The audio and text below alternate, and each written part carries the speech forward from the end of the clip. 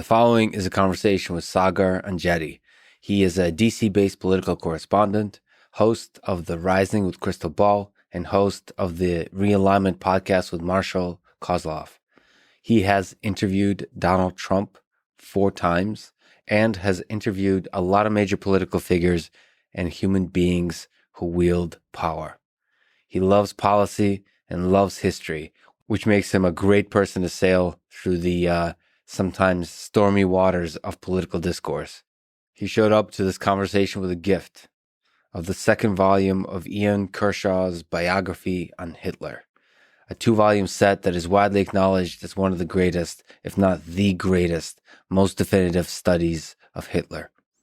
Nothing wins my heart faster on a first meeting or a first date than a great book about the darkest aspects of human nature and human history. I think I started saying that as a joke, but actually there's probably a lot of truth to it. I love it when we skip the small talk and go straight to the in-depth conversation about the best and worst of human nature. Quick mention of our sponsors: Jordan Harbinger Show, Grammarly Grammar Assistant, 8 Sleep Self-Cooling Bed, and Magic Spoon Low Carb Cereal. Click the sponsor links to get a discount and to support this podcast. As a side note, let me say that for better or for worse, I would like to avoid the trap of surface political bickering of the day.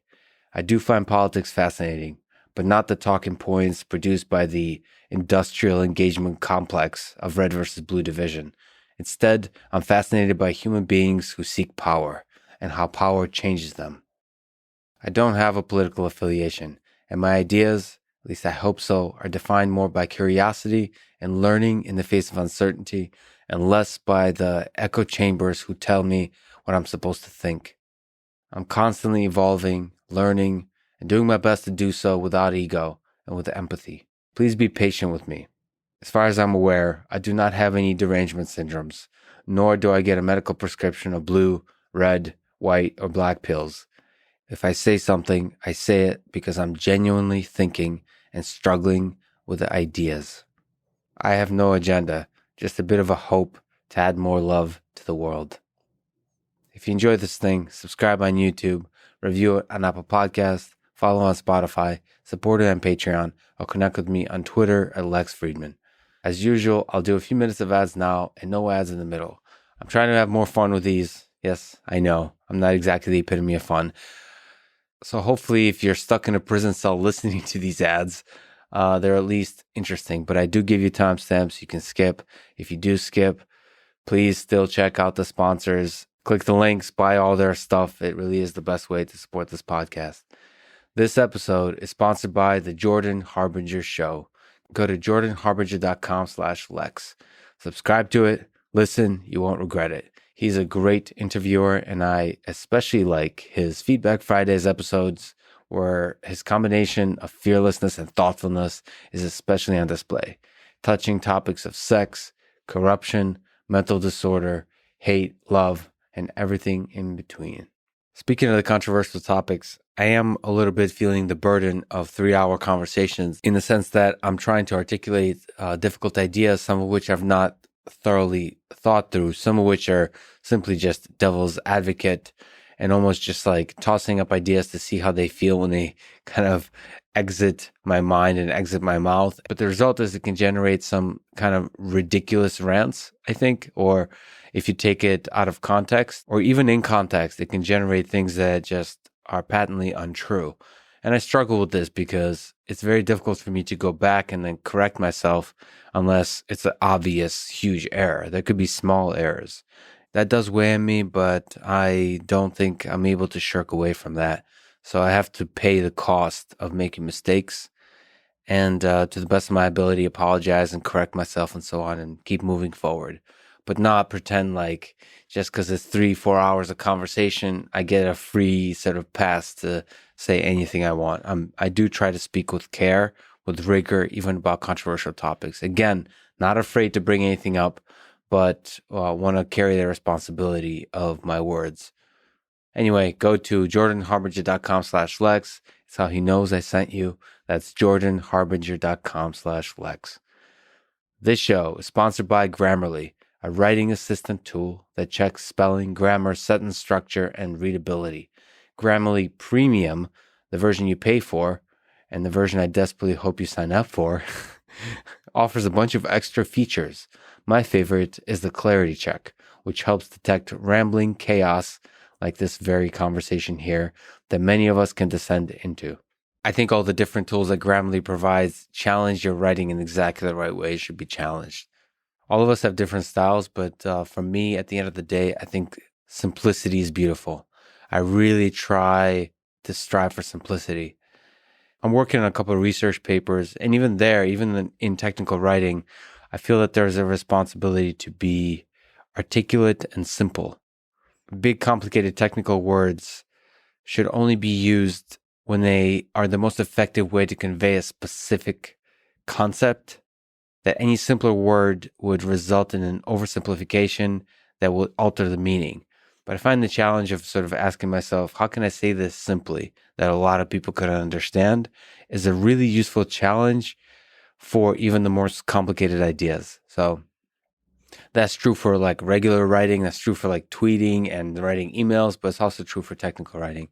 And perhaps if I actually have anything interesting to say in a book form one day, I'll be able to express in book form. Anyway, Grammarly is available basically on any platform and major sites and apps like Gmail and Twitter and so on. Get 20% off Grammarly Premium by signing up at Grammarly.com/Lex. That's 20% off at Grammarly.com/Lex. This episode is also sponsored by A-Sleep and its Pod Pro mattress. It controls temperature with an app, is packed with sensors, and can cool down to as low as 55 degrees on each side of the bed separately. It can also heat up to some ridiculous amount, but I'm definitely one of the people that likes it cold when I sleep. And there's science to it. Listen to my chat with Andrew Huberman about sleep, or actually just listen to Andrew's podcast, which is quite incredible. I recommend it highly. It's called the Huberman Lab podcast. But anyway, there's science for cold being good for sleep, and that's definitely something anecdotally I can confirm. I've been really enjoying the cold bed surface with a warm blanket, both for power naps and just like a full night's sleep. It's heaven.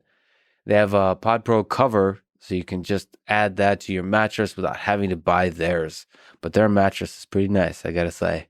I can track a bunch of metrics like heart rate variability, but cooling alone is worth the money. Go to 8sleep.com/Lex to get special savings. That's 8sleep.com/Lex.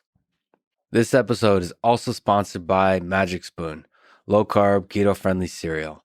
It has 0 sugar, 11 grams of protein, and only 3 net grams of carbs. They have a new limited edition flavor this month, cookies and cream and maple waffle. My favorite flavor is cocoa, as I don't seem to shut up about, but these sound pretty good, so I'll try them out. It's kind of exciting to see the innovation that's delivered by Magic Spoon in cereal form. It's kind of tragic to think about my diet in high school when I was wrestling, to think that I was eating cereal with all that sugar, and then coupling that with like starving myself to make weight, going down to, I think I started at 112, then 119, 125, then I think up to 145. But I just remember not understanding diet. I think there was 2 problems. So one problem is the communication and understanding of basic nutrition science was just not, maybe at least in my circles, was not effectively communicated. And at the same time, the nutrition side, the food side of things was not catching up to what is healthy. So I think Magic Spoon is actually a nice combination of these 2 fields catching up to what's actually good for society. So 1, the nutrition science has been a lot of exciting developments, and 2, on the food science, like the engineering, the foods that are able to deliver on the nutrition science. That's really exciting. And Magic Spoon, obviously, with like low carb cereal, is an implementation of that. So it allows me to be healthy while still experiencing that like joy of childhood, which cereal represents, while I'm supposedly an adult. Anyway, Magic Spoon has a 100% happiness guarantee. So if you don't like it, they refund it. 100 happiness guarantee, I think, is something even Dostoevsky, Sartre, and Camus would get behind. So go to magicspoon.com/Lex and use code Lex at checkout to save $5 off your order this month. That's magicspoon.com/Lex and use code Lex. And now here's my conversation with Saagar and Enjeti.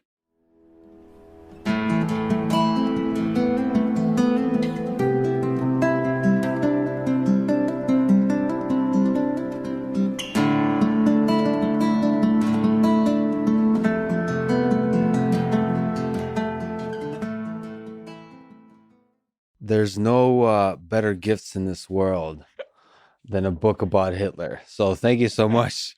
I've gotten a gift when we were just talking offline, right. the watch from Joe Rogan, and this almost beats it. So so tell me what this particular book on Hitler is. So this is volume 2. Yes. So this is Ian Kershaw. He wrote the famous 2-volume on Hitler. I'm a big book nerd, and I spend a lot of time reading biographies in particular. So this one, if you need a 1-volume, Rise and Fall of the Third Reich, right? I think you talked about that, William Shirer, because that's like Hitler's rise, Nazi Germany, the war, etc. But I like bios because it's a good biography is story of the times, right? And so this one, the first volume, it does exactly that, which is that it doesn't just tell the story of Hitler. It's the context of poor, this kid in Austria, and he's got all these dreams, but then actually pretty courageous in terms of World War I, right? Gets pinned a medal on by the Kaiser. And then what it's like to lose World War I and actually like lose this stain, and then the rise within, everybody knows that story, the beer hall putsch and all of that. This one I like, and the reason I like Kershaw is obviously, number one, it's English, which is actually hard, right? Like in order to write that story, who can do both the primary source material and then translate it for people like us. But he tells the dynamic story of Hitler so well in this second volume, just like the level of detail. And you've talked about this, Lex. Like, what was it like inside that room, inside with Chamberlain? Like, what was it like in terms of who was this like magnetic madman who did convince the smartest people in the world at the time? And up until like 1940, the Soviet gamble, like, it took tremendous risks, but like highly calculated. Thinking, no, I'm not going to pay for this one. I'm not going to pay for this one. And he had a remarkable ability, not just to put himself in the minds of the German people, but in terms of his adversaries. Like when he was across from Mussolini, he's like, how exactly did Mussolini, the guy who created fascism, becomes like second fiddle to Hitler? I think it's an amazing bio. And yeah, like Ian Kershaw, along with Richard Evans, 2 of my favorite authors on the Third Reich, no question. Do you think he was born this way, that charisma, whatever that is, or was it something he developed strategically? That's like the question you apply to some of the great leaders. Was he just a madman who had the instinct to be able to control people when in the room together with them, or is this like he worked at it? I think he worked at it, and but also there is an innate quality. I'm forgetting his name. His lifelong Rudolf, the one who flew to Berlin in like 1940. I forget his name. Anyway, so he helped Hitler write Mein Kampf, and he was like slavishly devoted to him in prison. This is 1925 or something like that. And so you read that and you're like, well, how does he get this like crank wacko to basically believe he's like the second coming, help him write this book? I mean, literally, they lived together in the prison cell, and they would wake up every day. And as he was composing Mein Kampf, and because of the beer hall putsch and all that, had this like absolute ability to gather people around him. I think his greatest skill is he was just a very good politician. Truly. I mean, if you look at his ability in order to read coalitional politics and then convince exactly the right people in order to follow him. I think I heard you ask this once, and I've thought about it a lot, which is like, who could have stopped Hitler in Germany, right? Like, it's always like the ever-present question. Of course, like the whole baby Hitler thing. Really, the answer is Hindenburg. Like, Hindenburg was the person who could have stopped and had the immense standing within the German public. The only, real like war hero. Definitely was personally skeptical of fascism and Nazism. And didn't like Hitler. And didn't like him. And he knew he was full of shit. He was like, yeah, I think this guy is dangerous. I think this guy could do a lot of damage to the Republic. But he acceded basically to Hitler at the time. And I think that he was one of the main people who could have done something about it. And also he was able to convince the generals, the military. I mean, that was very interesting. And to convince Chamberlain and just the other political leaders. That's something I often think about because we're just reading books about these people. I think about with like Jeffrey Epstein, for example. Oh, yeah. Like evil people, not evil, but people have done evil things. Let's not go to the Dan Carlin thing of what is evil. people that do evil things, I wonder what they're like in a room, because I know quite a lot of intelligent people that were um, did not see the evil in Jeffrey Epstein and spend time with him, and were not bothered by it. In the same sense, Hitler, it seems like he was able to get just even on a before he had power, because people get intoxicated by power and so on. They want to be close to power, but even before he had power, he was able to convince people. And it's unclear, like, is there something that's more than words? It's like the way that people tell stories about like this piercing look and whatever, all that kind of stuff. I wonder if that's somehow a part of it. Like, that has to be the base floor of any of these charismatic leaders. You have to be able to, in a room alone, be able to convince anybody of anything. So I can tell you from my personal experience, one of the best educated lessons I got was when I got to meet Trump.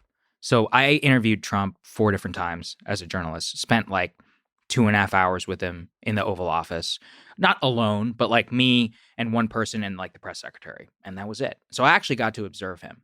And as a guy who reads these types of books, right? And, you think of Trump, obviously most people, what they see on television, in articles and more. But being able to observe it like one-on-one, I was closer to him than I am right now from you. That was one of the most educational experiences I got, because it's like you just said, the look, the leaning forward, the way he talks, the way he is a master at taking the question and answering exactly which part he wants. And then if you try and follow up, he's like, excuse me, he knows. And then whenever you're talking, it's not that he's annoyed about getting interrupted.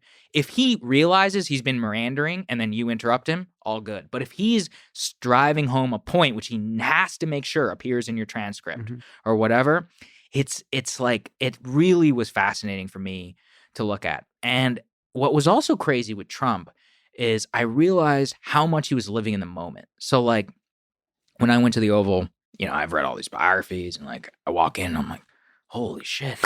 Like I'm in the Oval Office. Were you interviewing him in the Oval Office? In the Oval, every time was in the Oval Office. You scared shitless? Sorry. Well, I wasn't scared. I was just, look, it's the Oval Office, right? I mean, I'm this nerd. He was like this kid. I will admit this here. Like I printed out on my dad's label maker when I was like 7, and I wrote like the Oval Office on my bedroom. So I was like, a huge nerd. Yeah. Like obviously egomaniacal, even from 7.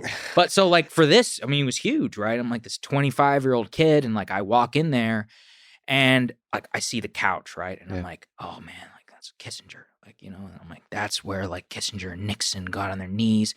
And then you see over by the door and you're like, are the scuff marks still there from when Eisenhower used to play golf? this is all running through my mind. Yeah. With Trump, none of it was there. Yeah. None of it, right? So like, it's all in the moment. Even the desk, like I put my phone on the desk to record. Yeah. And I'm like, this is the fucking Resolute desk.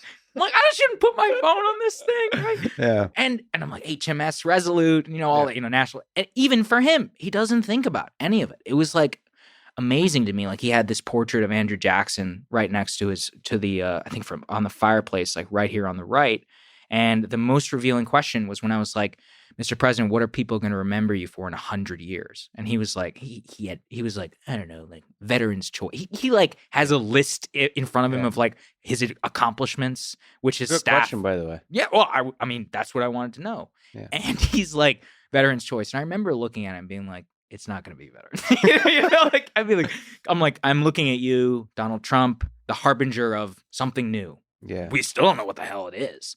And so I realized with these guys and their charisma and more is that they don't think about themselves the way that we think about them. Mm-hmm. And that was actually important to understand, because a lot of people are like, Trump is playing all this chess. I'm like, I assure you, he's not. Like he's truly living. One time I was interviewing him and he had like a certificate that he had to sign or something on his desk. He's like, it was like a child almost. Like he got distracted by it. He's like, oh, what's this? He starts like picking up, and I was like, wow, like this is the guy. Like this is what he is. Well, I wonder if that was a different person because you were recording than offline. I can tell you. Yes. Well, here's the thing though, because that's another part of it. Because that 2 hours, I would say like half of that was not on the record. Mm-hmm. So like whenever he's off the record, he changes completely, right? I don't want to like go into too much of it or whatever, but like he he is so mindful of when that camera is on and when the mic is hot in terms of the language that he uses, what he's willing to admit, what he's willing to talk about, how he's willing to even appear in front of his staff. I think the most revealing thing Trump ever did was there was this press conference like right after he lost right after the midterm elections of 2018. And one of the journalists was like, "Mr. President, thank you for doing this press conference." And he looks at him and he goes, "It's called earned media. It's worth billions." And he just like had so much disdain for him because he's like, "I'm not doing this for you." He's like, "I'm doing this for me." So he's really aware of the narrative of the story. I mean, the people have talked about that all comes from the tabloid media from New York and so on. He's a master of that. But I've also heard stories of just in private, he's a really, I don't want to overuse the word charismatic, but just like he is a really interesting, almost like friendly, like a good person. Like like that's what I heard. I've heard actually surprising the same thing about Hillary Clinton. And like that I can't tell you anything about. But like the way they present themselves is perhaps very different than they are as human beings, one-on-one. That's something. Maybe that's just like a skill thing. Maybe the way they present themselves in public is actually their almost their real self, and they're just really good in private, one-on-one, to go into this mode of just being really intimate in some kind of human way. I think that's part of it because I would notice that with Trump. You know, he's almost like a tour guide. It was very like it's very crazy, right? Because you're in the Oval. I mean, it's his office, and he's like, "Do you guys want anything?" He's like, "You want a Diet Coke?" Because he drinks like all this Diet Coke. That's awesome. You know, and great, unapologetic. Yeah, he's just he's like, "You guys want a Diet Coke?" Right? And you're sitting there, and you're like, the way he's able to like the last time I interviewed him, he wanted to do it outside. Because he's studied himself from all angles and he knows exactly how he looks on a camera and with which lighting. And so we were supposed to interview him on camera in the Oval Office, which is actually rare. Like you don't usually get that. And they ended up moving it outside at the last minute. And he came out and he's like, "I picked this spot for you." He's like, "Great lighting." Yeah, I was like, you are your own like lighting director. Yeah. You're the president. Right? It's great. It's so funny. But it's like you said, he's very charismatic and friendly. I mean, you wouldn't know. I mean, look, this is what I mean in terms of the dynamism of these people that gets lost. And I think even he knows that. Like, I don't think he would want that side of him that you see in those off the record moments and more in order to come out because he's very keen about how exactly he presents to the public. It's like, even his presidential portrait, everybody usually smiles and he refused to smile. He was like, "I want to look like Winston Churchill," like even he knew that. Do you think he believes that he, what he kind of implies that he is one of, if not the greatest presidents in American history? Like people kind of laugh at this, but there's quite a lot of people, first of all, that make the argument that he's the greatest president in history. Like I've heard this argument being made. And I mean, I don't know first of all, I don't care. Like you can't make an argument that anyone is the greatest. I come from a school of like being humble and modest and so on. It's like even you can't have that conversation. Okay. So I like that he's humble enough to say like Abraham Lincoln or whatever. Like no, he says maybe Lincoln. Maybe. Remember that. He says maybe Lincoln. Do you think he actually believes that, or is that something he understands will create news and also, perhaps more importantly, piss off a large number of people? Is he almost like a musician masterfully playing the emotions of the public, or does he, does he believe when he looks in the mirror, "I'm one of the greatest men in history"? Combination of all three. I do think he believes it. And for the reason why is I don't think he knows that much about U.S. history. I really mean that. Like, and that's what I meant whenever I was in there and I realized he was just living in the moment. I don't think he knew all that much about why. I mean, this is why he was elected in many ways, right? So I'm not saying this is I'm not making a judgment on this. I'm just saying I do think in his mind he does think he was one of the best presidents in American history, largely because, and I encountered this with a lot of people who work for him, which is that they didn't really know all that much kind of about what came before and all that. And it's not necessarily to hold it against them, because in many ways, that's what they were elected to do, or elected to be in many ways. It's an interesting question whether knowing history, being a student of history, is productive or counterproductive. I tend to assume I really respect people who are deeply well-read in history, like presidents that are almost like history nerds. I admire that. But maybe that gets in the way. Well, of governance. I don't know. It's not, I'm just sort of playing devil's advocate to my own beliefs, but it's possible that focusing on the moment and the issues and letting history, it's like first principles thinking, forget the lessons of the past and just focus on common sense reasoning through the problems of today. Yeah, it's really hard question. In terms of the modern era, I mean, Obama was a student of history. Yeah. Like, he used to have presidential biographers and people over, and I mean, famously, like Robert A. Caro, one of my favorite presidential biographers, he was invited to, have dinner with Obama, and Obama would pepper some of his it was interesting because he'd try and justify some of the things he didn't do by being like, well, if you look at what they had to do and what I have to deal with, mine's much harder. Yes. So in that way, I was a little pissed off because I'd be like, no, that actually, you're comparing apples to oranges and all that. But if you look at Roosevelt, Teddy Roosevelt in particular, this was, a voracious reader, not of just American history, all history. He That wrote. guy's just such a history. badass. Jesus. Incredible. the only president who willed himself to greatness. That's the amazing thing about him. He wasn't tested by a crisis, right? He didn't have the Civil War. He didn't have World War II. He didn't have to found the country, literally, or didn't have to stave off that, or he didn't buy, the Louisiana Purchase, all that. He literally came into a pretty, static country, and he could have just governed, he was, the person who came before him was assassinated. He easily could have coasted, but he literally willed the country into something more. And that's always why I focus a lot on him too. Cause I'm like, that in many ways, I wouldn't say it's easy to be great during crisis. I mean, look at Trump, right? Yeah. But it can bring out the best within you. Yes. But it's a whole other level to bring out the best within yourself just for the sake of doing it. And that's, I think, is really interesting. The speeches were amazing. I'm also a sucker for great speeches because I tend to see the role of the president as in part inspirer in chief, sort of to be able to. I mean, that's what great leaders do, like CEOs of companies and so on. Establish a vision, a clear vision, and hit that hard. But the way you establish the vision isn't just not to dig at Joe Biden, but sleepy, boring statements. You have to sell those statements, and you have to do it in a way where everybody's paying attention, everybody's excited. Yes, and Teddy Roosevelt is definitely one of them. Obama was, I think, at least early on, I don't know, was incredible at that.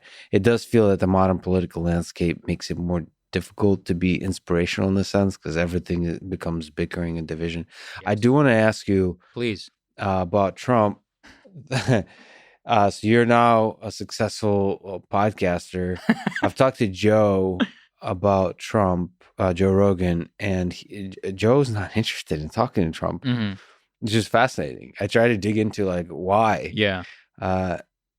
What would you interview Trump on realignment, for example?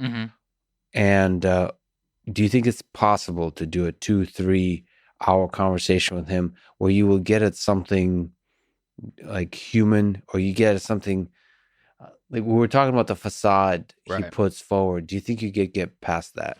No, I don't. I was a White House correspondent. I observed this man very closely. I interviewed him. I think if that mic is hot, he knows what he's doing. He's done this too long, Lex. He just knows. But do you think he's a different human now after the election? Do you think that? Not at all. I think he's been the same person since 1976. I really do. Basically 1976.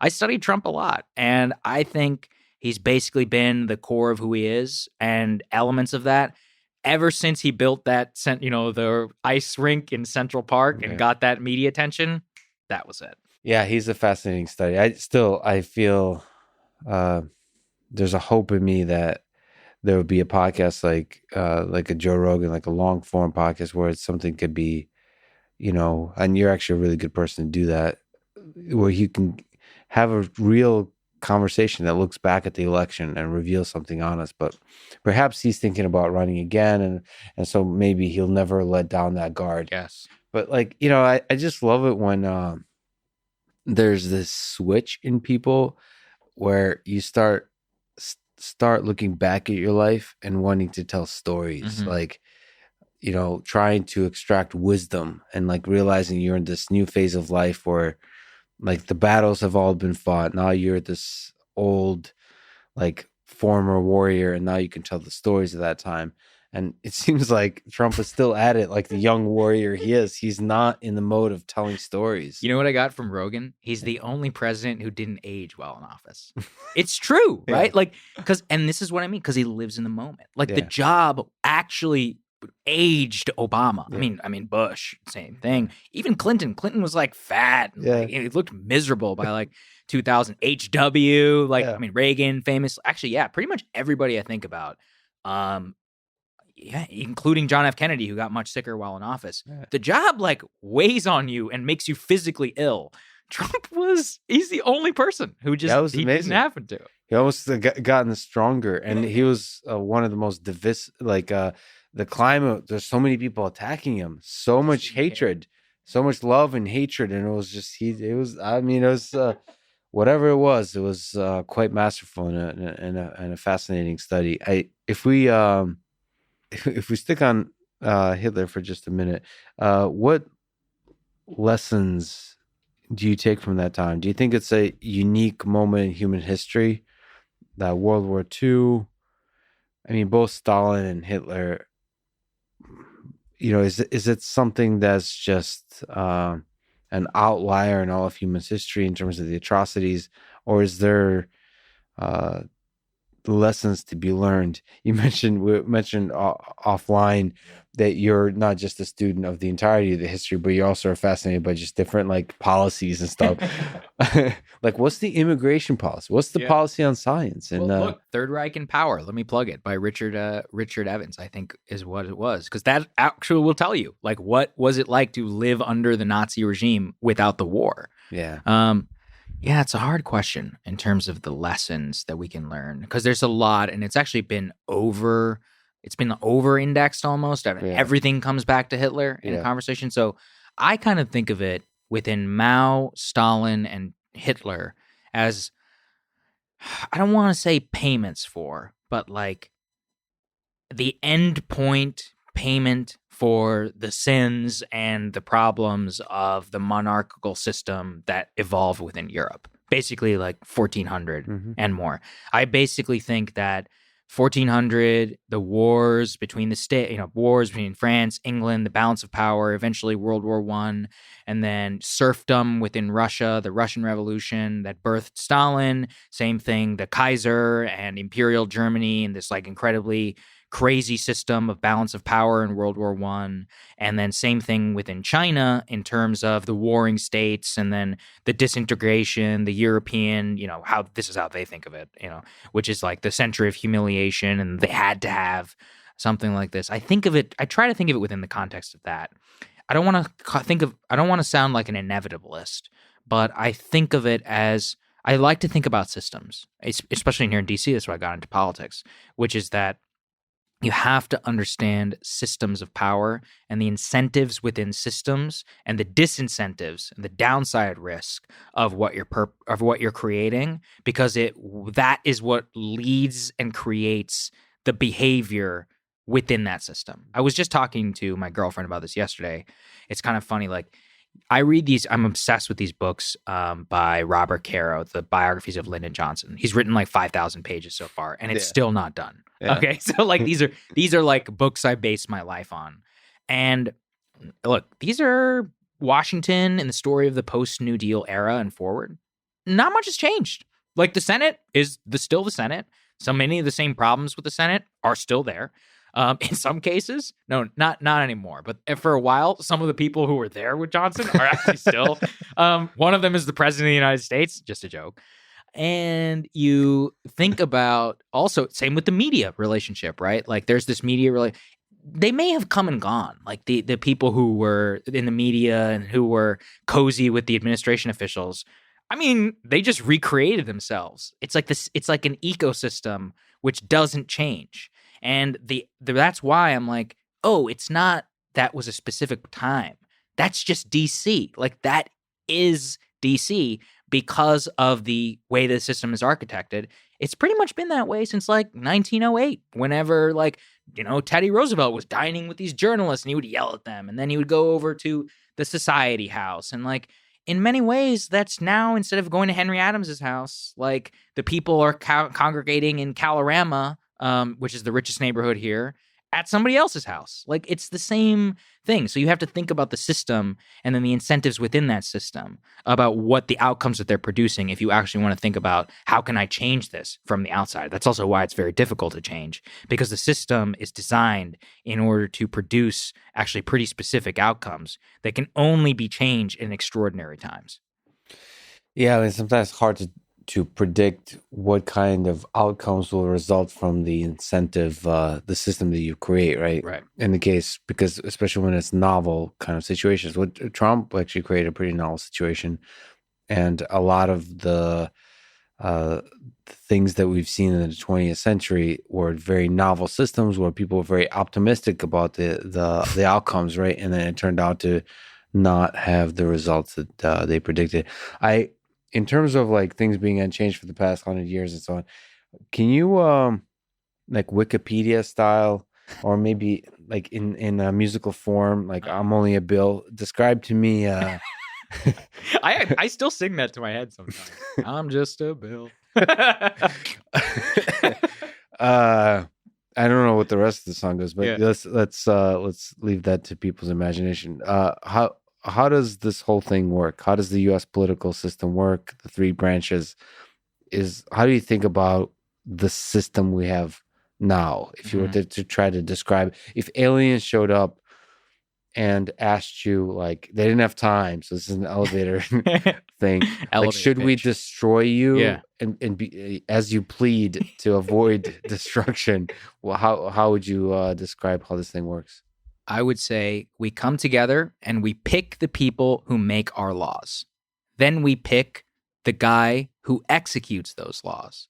And they together pick the people who determine whether they or the president is breaking the law at the most basic level.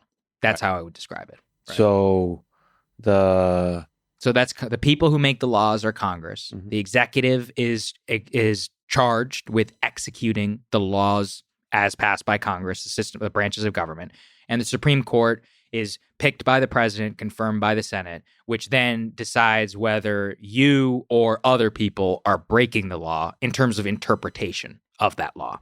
That's basically it. Oh, and they decide whether those laws are they fall within the restrictions and the want of the founders as expressed by the Constitution of the United States, which is a set of principles that we came together in 1787. I want to make sure I get this right. 1787, and decided that we were going to live the rest of our lives barring a revolution and more. And we've made it 200 and something years under that system. So there's a balance of power. Because you have multiple branches, there's a tension and a balance to it as designed by those original documents. Which is the most dysfunctional of the branches? Which is your favorite? Like in terms of talking about systems and like what's the greatest of concern and what is the greatest source of benefit in your view?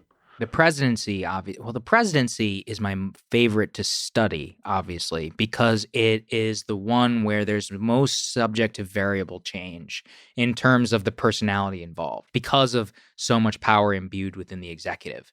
The Senate is actually pretty much the same. Right? That's one of the things I love about reading about the Senate and histories of the Senate is you're like, oh yeah, there were always like assholes in the Senate who were doing their thing and filibustering constantly based upon this or that, and then the personalities involved with the Senate haven't mattered as much since like pre-Civil War, right? Like pre-Civil War, you had like Henry Clay and then Daniel Webster and John C. Calhoun, who even in their own way, they represented like larger constituencies and they crafted these like compromises up until the outbreak of the Civil War, etc. But like post since then, you don't think about like the titans within the Senate. Most of that is because a lot of the stuff that they had power over has transferred over to the executive. So I'm most interested in really in like power, like where it lies. It's actually pretty, throughout American history, much more used to lie with Congress. Now it's obviously just so imbued within the executive that understanding executive power is, I think, the thing I'm probably most interested in here. Do you think at this point the amount of power that the president has is corrupting to their ability to lead well? Power corrupts, absolute power corrupts, absolutely. Is there too much power in the presidency? There definitely is. And part of the problem, and one of the things I try to come across to people is if you're the president, unless you have a hyper intentional view of how something must be different in government, your view doesn't matter. So for example, like if you were Trump, let's take Trump even with a pretty intentional view. He was like, I'm going to end the war in Afghanistan and Iraq, right? And he came in and he gets these generals in. He's like, I want to end the war in Afghanistan and Iraq. Oh, and I want to withdraw these troops from Syria. Mm-hmm. And they're like, okay, we'll give us like 6 months. He's like, okay. And this is the thing about Trump. He doesn't realize that it's bullshit. Yeah. So he's like, yeah, 6 months seems fine, right? So then 6 months comes and he's like, so, and then he'll announce it. He'll be like, and we're getting out of Syria. It's great. And then the generals freak out. They're like, whoa. We don't have a plan for that. He's like, but you guys told me 6 months. He's like, I don't know. Now we need another 6 months in order to figure this thing out. Yeah. So that's how, and by that time, now you're midterms. So now what? Yeah. Now you got to run for re-election. So more what I mean by that is if you don't have a hyper-intentional view about how to change foreign policy, if you don't have a hyper-intentional view about how the Department of Commerce should do its job, they are just going to go on autopilot. So this is part of the problem. When you ask me about the presidency, it's not the presidency itself, like the president himself, which has become too powerful. It's that we have less democratic checks on the people and the systems that are on autopilot. And I would say that basically since 2008, we have voted every single time to disrupt that system, except in the case of 2020 with Joe Biden, and there are a lot of different reasons around why that happened. Mm-hmm. And in every single one of those cases, Obama and Trump, they all failed in order to radically disrupt that. And that just shows you how titanic the task is. And I'm using my language precisely because I don't want to be like deep state and all, but like obviously there's deep state. Deep state, I guess, has conspiratorial tinges to it. But so what you're saying is the true power currently lies with the autopilot. Yeah. AKA deep state. Well, but see, it's not. This is the thing too. I want to make clear because I think people think conspiratorially that they're all coming together to intentionally do something. No. They are doing what they know, believe they are right, and don't have real democratic checks within that. And so now they have entire generations of cultures within each of these bureaucracies where they say, this is the way that we do things around here. Yeah. And that's the problem, which is that we have a culture of within many of these agencies and more. I think the best example for this would be during the Ukraine, gate with Trump and all that, with the impeachment. I'm not talking about the politics here, but the most revealing thing that happened was when the whistleblower guy, Alexander Vindman, was like, here you have the president departing from the policy of the United States. And I was like, well, let me educate you, Lieutenant Colonel. The president of the United States makes American foreign policy. Yeah. But it was a very revealing comment because he And all the people within national security bureaucracy do think that. They're like, this is the policy of the United States. We have to do this. That's where things get screwy. Well, listen, for me personally, but also from an engineering perspective, I just talked to Jim Keller. It's just, this is the kind of bullshit that we all hate in when you're trying to innovate and design new like products. Right. So like that's what first principles thinking requires, is like, we don't give a shit what was done before. The point is, what is the best way to do it? And it seems like the current government in general, probably bureaucracies in general, are just really good at being lazy about never having those conversations. And just, it becomes this momentum thing that nobody has the difficult conversations. It's become a game within a certain set of constraints, and they never kind of do revolutionary tasks. But you did say that the presidency is power, but you're saying that more power than the others, but that power has to be coupled with like focused intentionality. Like you have to keep hammering the thing. If you want it done, it has to be done. I mean, and you gotta, and this is the other part too, which is that it's not just that you have to get it done. You have to pick the 100 people who you can trust to pick 10 people each to actually do what you want. One of the most revealing quotes is from a guy named Tommy Corcoran. He was the top aide to FDR. This I'm getting from the Kara books too. And he said, what is a government? It's not just one guy or even 10 guys. Hell, it's 1,000 guys. Yeah. And what FDR did is he masterfully picked the right people to execute his will through the federal agencies. Johnson was the same way. He played these people like a fiddle. He knew exactly who to pick. He knew the system and more. Part of the reason that outsiders who don't have a lot of experience in Washington almost always fail is they don't know who to pick. Or they pick people who say one thing to their face, and then when it comes time to carry out the president's policy in terms of the government, they just don't do it. And the president's too. Think about this. I think Rahm Emanuel said this. He was like, by the time it gets to the president's desk, nobody else can solve it. It's not easy. It's not like a yes or a no question. It's every single thing that hits the president's desk is incredibly hard to do. And Obama actually even said, and this was a very revealing quote about how he thinks about the presidency, which is, he's like, look, the presidency is like one of those super tankers. You know, he's like, I can come in and I can make it 2 degrees left and 2 degrees right. In 100 years, 2 degrees left, that's a whole different trajectory. Yeah. Same thing on the right. And he's like, that ultimately is really all you can do. I quibble and disagree with that in terms of how he could have changed things in 2008, but there's a lot of truth to that statement. Okay, that's really fascinating. You make me realize that actually both Obama and Trump are probably playing victim here to the system. You're making me think that, maybe you can correct me, that because I'm thinking of like Elon Musk, whose major success despite everything is hiring the right people. Exactly.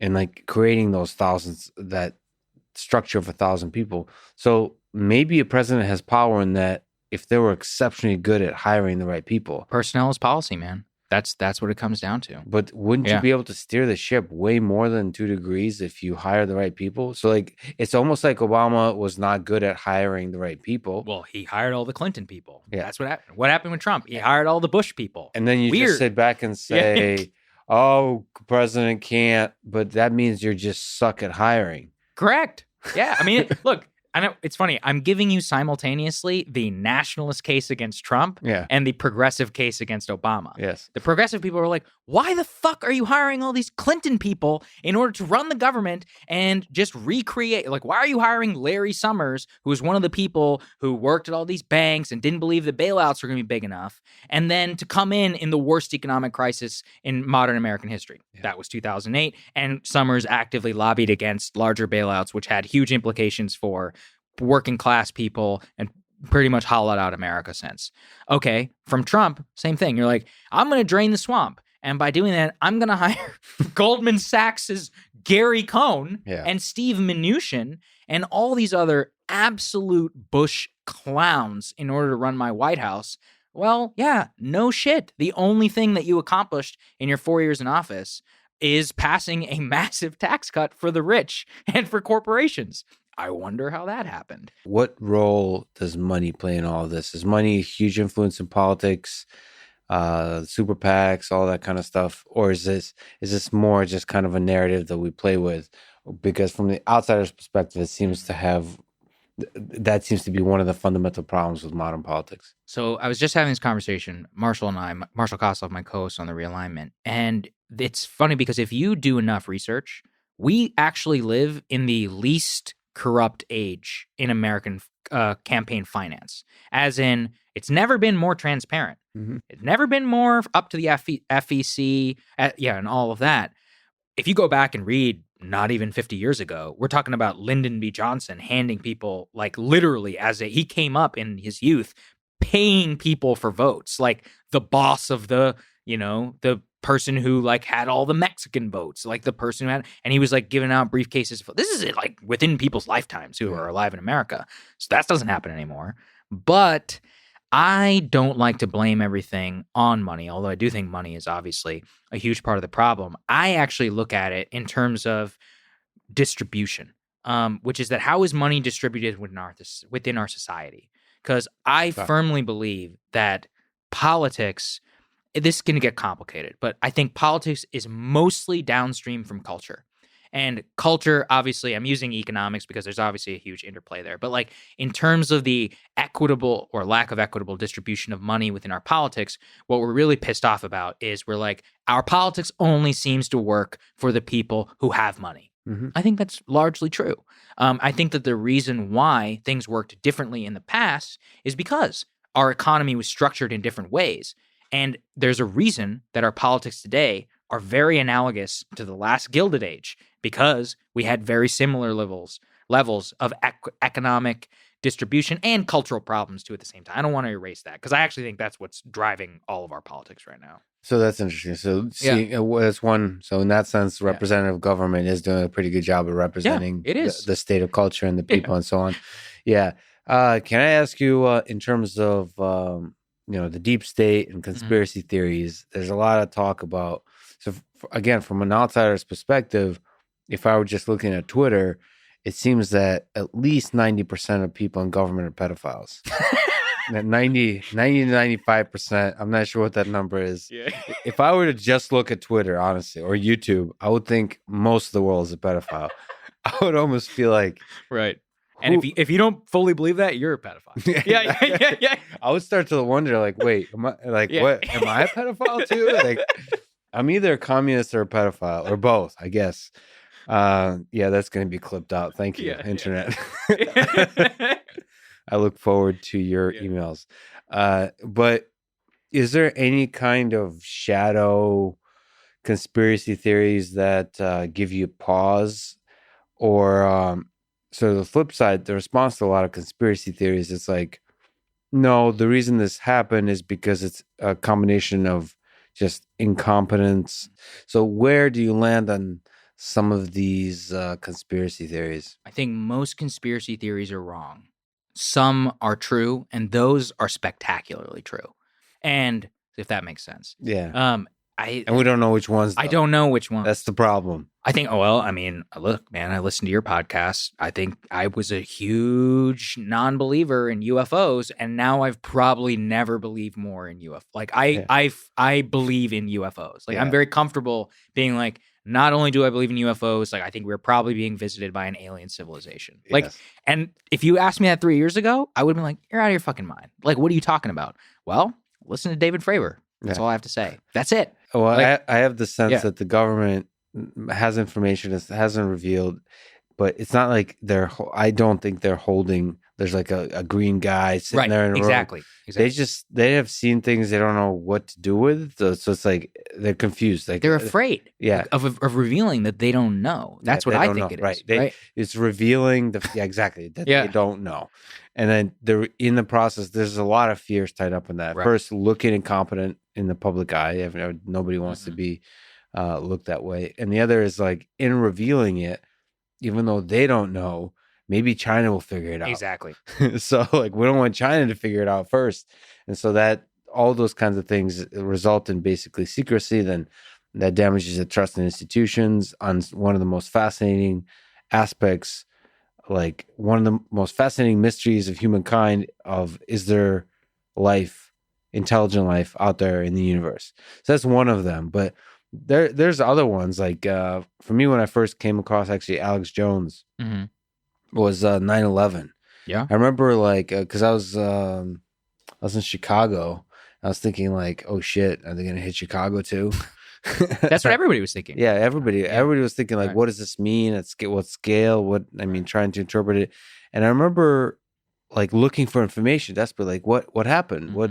And I remember not being satisfied with the quality of reporting and figuring out like rigorous, like here's exactly what happened.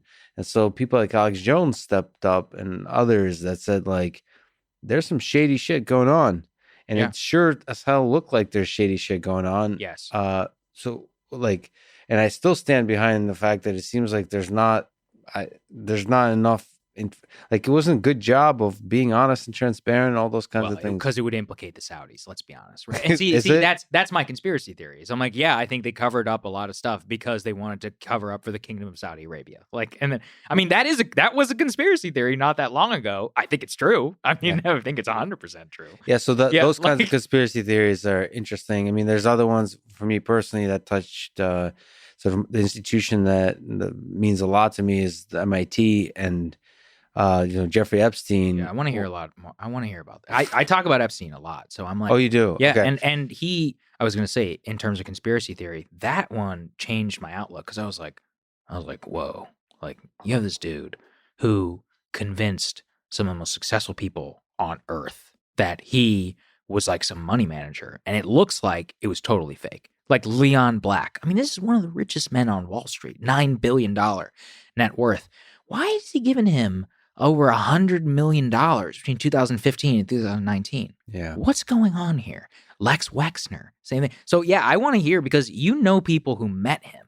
And the only person I know who met him was Eric Weinstein. I've heard his, right.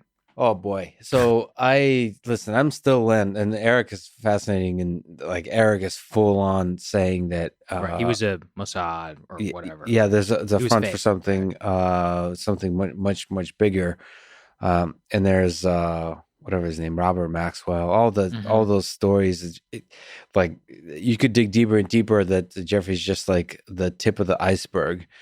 I just think he's an exceptionally charismatic. Listen, this isn't speaking from confidence or like deep understanding of the situation, but from my speaking with people, he just seems like, at least from the side of his influence and interaction with researchers, he just seems like somebody that was exceptionally charismatic and actually took interest. He was unable to speak about interesting scientific things, but he took interest in them.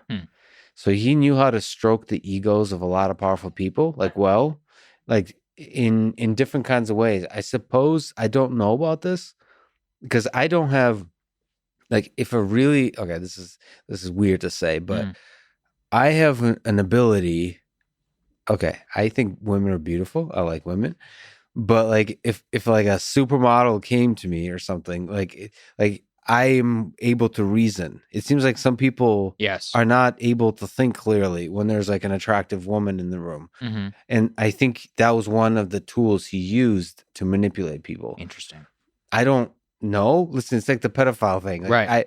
I don't know how many people are complete sex addicts, but like it seems like looking out into the world, like there's like the Me Too movement have revealed that there's a lot of like weird, like creepy people out there. I don't know, but I think it was just one of the many tools that he used to convince people and manipulate people, but not in some like evil way, but more just really good at the art of conversation and just winning people over on his side.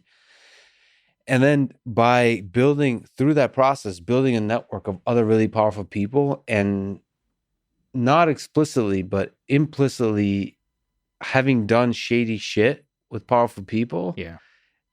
Like building up a kind of implied power of like we did some shady shit together. So we're not like, you're going to help me out on this extra thing I need to do Right. now. And that builds and builds and builds to where you're able to actually control, like, have quite a lot of power without explicitly having like a strategy meeting. And I think a single person can do that, or can start that ball rolling. And over time, it becomes a group thing. Like, I don't know if Ghislaine Maxwell was involved or others. And over time, that becomes almost like a really powerful organization that's not a front for something much deeper and bigger. But it's almost like, maybe it's because I love cellular automata, man. A system that starts out as a simple thing with simple rules can create incredible complexity. Yes. And so I just think that we're now looking in retrospect, it looks like an incredibly complex system that's operating but like, that's just because it's, there could have been a lot of other Jeffrey Epsteins in my perspective, that this simple thing just was successful early on and builds and builds and builds and builds. And then there's creepy shit that, like, a lot of aspects of the system helped it get bigger and bigger and more powerful and so on. So the final result is, I mean, listen, I have a pretty optimistic, I tend to see the good in people. And so it's been heartbreaking to me in general just to see, people I look up to not have the level of integrity I thought they would, or like the strength of character, all those kinds of things. And it seems like you should be able to see the bullshit that is Jeffrey Epstein, like when you meet him. Right. We're not talking about like Eric Weinstein, like 1 or 2 or 3 or 5 interactions, but like there's people that had like years of relationship with him. Yeah. And I don't know. I'm not sure. Even after he was convicted. After he was convicted. That guy always gets me. Yeah, there's stories. I mean, I don't need to sort of I honestly believe. Okay, here's the open question I have. I don't know how many creepy sexual people there are out there. Like, I don't know if there's like the people I know, the faculty and so on. I don't know if they have like a kink that I'm just not aware of that was being leveraged. Because to me, it seems like if people aren't, if not everybody's a pedophile, then it's just the art of conversation. That is just like the art of just like manipulating people by making them feel good about like the exciting stuff they're doing. Listen, man, academics are, people talk about money. I don't think academics care about money as much as people think. What they care about is like somebody, they want to be, it's the same thing that Instagram models posting their butt pictures, is they want to be loved. They want attention. My parents are professors. Yeah. I get it. And Jeffrey Epstein, like the money is another way to show attention. Right, it's a proxy. My work matters. And he did that for some of the weirdest, most brilliant people. I don't want to sort of drop names, but everybody knows them. It's like people that are the most interesting academics is the one he cared about. Yeah. Like people are thinking about the most difficult questions in all of science and all of engineering. So those people were kind of outcasts in academia a little bit because they're doing the weird shit. They're the weirdos. And he cared about the weirdos and he gave them money. And that, I don't know if there's something more nefarious than that. I hope not, but maybe I'm surprised. And in fact, half the population of the world is pedophiles. No, I think it's what you were talking about, which is that it's the implication after the initial, right? Like you do some shady things together, or you do something that you want out of the public eye, and you're a public person. And look, we probably even experience this to a limited extent, right? You're like, I don't want to.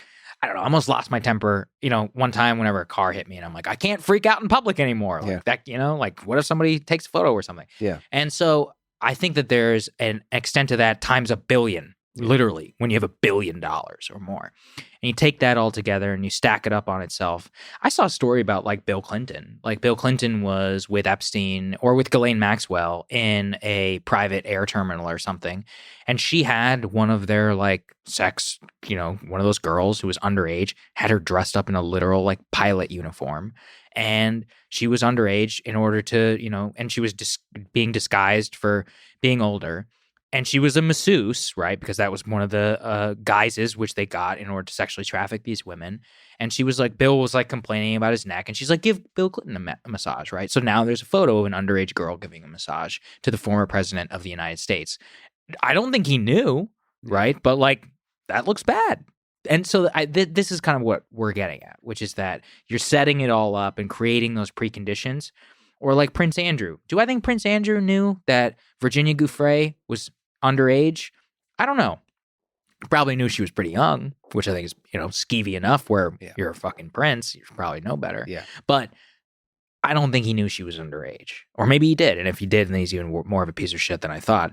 But when we look at these things, the stuff I'm more interested in is like what you were talking about. I'm like, Bill Gates? How do you get the richest man in the world in your house? Yeah. Like, under what God? And Gates is like, he was talking about financing and all this. I'm like, you don't have access to money or bankers? Like, you're the richest man in the world. Like, you can call Goldman Sachs anytime you want on a hotline. Like, why do you need? That's where I start again to get more conspiratorial, because I'm like, Bill, dude, you have the gold credit, right? Like, you don't need Epstein to create some complicated financing structure. Or Leon Black, like, what is 2015, 2009? I mean, this is very recent stuff. And this is the part that really got me, is I read the I think it's called the Department of Financial Services report around Deutsche Bank with Epstein. They knew he was a criminal. They solicited his business, explicitly knew that his business meant access to other high net worth individuals, consistently doled money out from his account for hush payments to women in Europe and prostitution rings. They knew all of this within the bank. It was elevated multiple times. Here was the other one. One of Epstein's associates was like, hey, how much money can we take out before we hit the, automatic censor, before you have to tell the IRS? And that question, by their own standards, is supposed to result in a notification to the feds, and they never did it. And he was withdrawing like $2 million of cash in 5 years for tips. Yeah. I'm like, okay. Like, something's going on here. Yeah. Like, you see what I'm saying? There's a lot of signs that make you think that there's a bigger thing at play than just the man. That there's it does look like a larger organization is using this front, right? Again, I don't know. I truly don't know. And I'm not willing to use the certainty, which I think a lot of people online are, to say like it was 100%. Yeah, the certainty is always the problem. Because that's probably why I hesitate to touch conspiracy theories, is because I'm allergic to certainty in all forms, in politics, any kind of discourse. And people are so sure in both directions, actually. It's kind of hilarious. Either they're sure that the conspiracy theory, whatever the conspiracy theory is false. Like, they almost dismiss it like they don't even want to talk about it. It's like the people, like the way they dismiss that the earth is flat. Yes. Most scientists are like, they don't even want to like hear what the flat earthers are saying. They don't have zero patience for it, which is like, maybe in that case, is deserved. But everything else, you really like have empathy. Like, consider you have, okay, this is weird to say, but I feel like you have to consider that the earth might be flat for like 1 minute. Like, you have to be empathetic. You have to be open-minded. I don't see a lot of that through our cultural tastemakers and more. And that really is what concerns me the most, because it's just another manifestation of all of our problems. It's that we have this completely bifurcating economy, bifurcating culture, literally, in terms of we have the middle of the country and then we have the coast. And in terms of the population, it's almost 50-50. And with, increasing megacities and urban culture, like urban monoculture of LA, New York, and Chicago, and DC, and Boston, and Austin, relative to how an entire other group of Americans live their lives, or even the people within them who aren't rich and upwardly mobile, how they live their lives is just completely separating. And all of our language and communication in mass media and more is to the top, and then everybody else is forgotten. Do you think when you dig to the core, there's a big gap between left and right? Is that division that's perceived currently real, or are most people like center left and center right? It's so interesting because that's such a loaded term, center left. What does that mean? Like, to you, I think the way you're thinking of it is, I'm not like even this, like, I'm not a radical socialist, but I'm marginally left on cultural issues and economic issues. This is how we've traditionally understood things. Yeah. And then when in popular discourse, like center right, like what does it mean to be center right? Like I am marginally right on social issues and marginally right on economic issues. Yeah. But that's just not politics. Like if you look at survey data, for example, like stimulus checks, people who are against stimulus checks are conservative, right? Well, 80% of the population is for a stimulus check. So that means a sizable number of Republicans are for stimulus checks. The same thing happens on like a wealth tax. The same thing happens on, Florida voted for Trump 3.1%, more than Barack Obama 2008. On the same day, passes a $15 minimum wage at 67%. Yeah. So what's going on?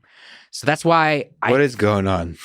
Oh, that's what my entire career. Right? No, but it seems like that's fascinating. Yeah. The conversation is different than the policies. Well, it's different than reality. That's what I would say, which is that the way we have to understand American politics today, it didn't always used to be this way, is it's almost entirely along basic. I would say the main divider is, because even when you talk about class, this misses it in terms of socioeconomics. It's around culture, which is that it's basically, if you went to a 4-year degree granting institution, you are part of one culture. If you didn't, you're part of another. I don't want to erase the 20% or whatever of people who did go to a college degree who are Republicans or vice versa, etc. But I'm saying on average, in terms of the median way that you feel, we're basically bifurcating along those lines. And because people get upset, be like, oh, well, there are rich people who voted for Trump. And I'm like, yeah, but you know who they are? They're like plumbers or something. Like they're people who make $100,000 a year, but they didn't go to a 4-year college degree, and they might live who are in a place which is not an urban metro area. And then at the same time, you have like a Vox writer who makes like 30 grand, but they have a lot more cultural power than like the plumber. So you have to think about where exactly that line is. And I think in general, that's the way that we're trending. So that's why when I say like, what's going on? Are we divided? Yeah. Like, but it's not left and right. I mean, like, and that's why I hate these labels. So it's more, it's more just red and blue, like teams. They're arbitrary teams. Yeah. Are they? So how arbitrary are these teams? I guess is another completely arbitrary. Right? So well, you kind of imply that there's. I don't know if you're sort of in post analyzing the patterns, because it seems like there's a network effects of like you just pick the team red or blue, and it might have to do with college, it might have to do with all those things, but like it seems like it's more about just the people around you. Correct. So less than whether you went to college or not. I mean, it's almost like seems like. It's almost like weird, like network effects that are hard. There's certain strong patterns that you're identifying, but I don't know. It's sad to think that it might be just teams that have nothing to do with what you actually believe. Well, it is, Lex. I mean, I don't want to believe that, but the data points me to this, which especially 2020. I'm one of the people, chief among them. I will own up to it here. I was totally wrong about why Trump was elected in 2016. I believed, and I based a lot of my public commentary belief on this, Trump was elected because of a rejection of Hillary Clinton neoliberalism on the back of a pro-worker message, which was anti-immigration. It was its pillar, but alongside of it was a rejection of free trade with China and generally of the political correctness and globalism which has been come in through the uniparty, and same thing here with the military-industrial complex and endless war. He rejected all of that. What's wrong with that prediction? It's wrong, man. And the reason I know this Sounds is right. that it sounds right. I honestly wish it was true. But here's the truth. Trump actually governed largely as a neoliberal Republican who was meaner online and who departed from orthodoxy in some very important ways. Don't get me wrong. I will always support the trade war with China. I will always support not expanding the wars in Afghanistan and in Iraq. I will support him moving the Overton window on a million different things and revealing once and for all that GOP voters don't care about economic orthodoxy necessarily. But here's what they do care about. Trump got more votes in 2020 than he did in 2016, despite not delivering largely for all the Trump people out there on that agenda. He wasn't more pro-union, but he won more union votes. He wasn't necessarily more pro-worker, but he actually won more votes in Ohio than he did in 2016. And he won more Hispanic votes than despite being, all the immigration agenda, rhetoric, etc. Here's why. It's about the culture, which is that the culture war is so hot that negative partisanship is at such high levels. All of the vote is geared upon what the other guy might do in office. And there's a poll actually just came out by Echelon Insights. Crystal and I were talking about it on Rising. The number one concern amongst Democratic voters is Trump voters. Number one concern. Not issues, like Trump voters. And number two is white supremacy. And so which is basically code for Trump voters. And is the same true for the other side? Well, so on the right, number one concern is illegal immigration. And number, I think, 3 or 4 or whatever is Antifa, which is code for that's nice. Democratic. At least on the right, it's a policy kind of thing. Well, yeah, it's funny. I saw Ben Shapiro was talking about this, but the reason why I would functionally say it's the same is because you can believe whether this is true or not. I think it actually largely is true, but a lot of GOP voters feel like a lot of illegal immigration is code for people who are coming in who are going to be legalized and are going to go vote Democrat. I can just explain it from their point of view. So what does that actually mean? Each other, each other, which is that the number one concern is the other person. So negative partisanship has never been higher. And I think people who had my thesis in terms of why Trump was elected in 2016, you have to grapple with this. How did he win 10 million more votes? He came 44,000 votes away from winning the presidency across 3 states. None of our popular discourse reflects that very stark reality. And I think so much of it is people really hate liberals. They just really hate them. And I was driving through rural Nevada before the election, and I was literally in the middle of nowhere. And there was this massive sign this guy had out in front of his house, and it just said Trump, fuck your feelings. And I was like, that's it. That is why people voted for Trump. And I don't want to denigrate it because they truly feel they have no cultural power in America except to raise the middle finger to the elite class by pressing the button for Trump. I get that. That's actually a totally rational way to vote. It's not the way I wish we did vote, but it's not my place to say. So this is interesting. If you could just psychoanalyze, I'm probably naive about this, but I'm really bothered by the hatred of liberals. Mm-hmm. It's this amorphous monster that's mocked. It's like the Shapiro liberal tears. And I'm also really bothered by probably more of my colleagues and friends, the hatred of Trump. Yeah. The Trump and white supremacists. So apparently there's 70 million white supremacists, 75 million, sorry. There's millions of white supremacists. And apparently whatever liberal is, liberal has become equivalent to white supremacist in the power of negativity it arouses. I don't even know what those, honestly, I just don't, they've become swears essentially. How do we get out of this? Because that's why I just don't even say anything about politics online. Cause it's really you can't, here's what happens.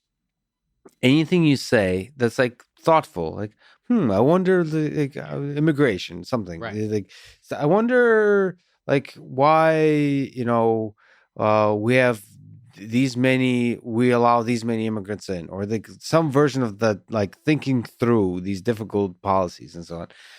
They'll immediately try to find like a single word in something you say that can put you in a bin of liberal or white supremacist, and then hammer you to death by saying you're one of the two. And then everybody just piles on happily that we finally nailed this white supremacist or liberal. And is this some kind of weird like feature of online communication that we've just stumbled upon? Is there a way, or is it possible to argue that this is like a feature, not a bug? Like this is a good thing? Yeah, well, look, I just think it's a reflection of who we are. People like to blame social media. I think we're just incredibly divided right now. I think we've been divided like this for the last 20 years. And I think that the reason I focus almost 99% of my public commentary on economics is because you asked an important question at the top. How do we fix this?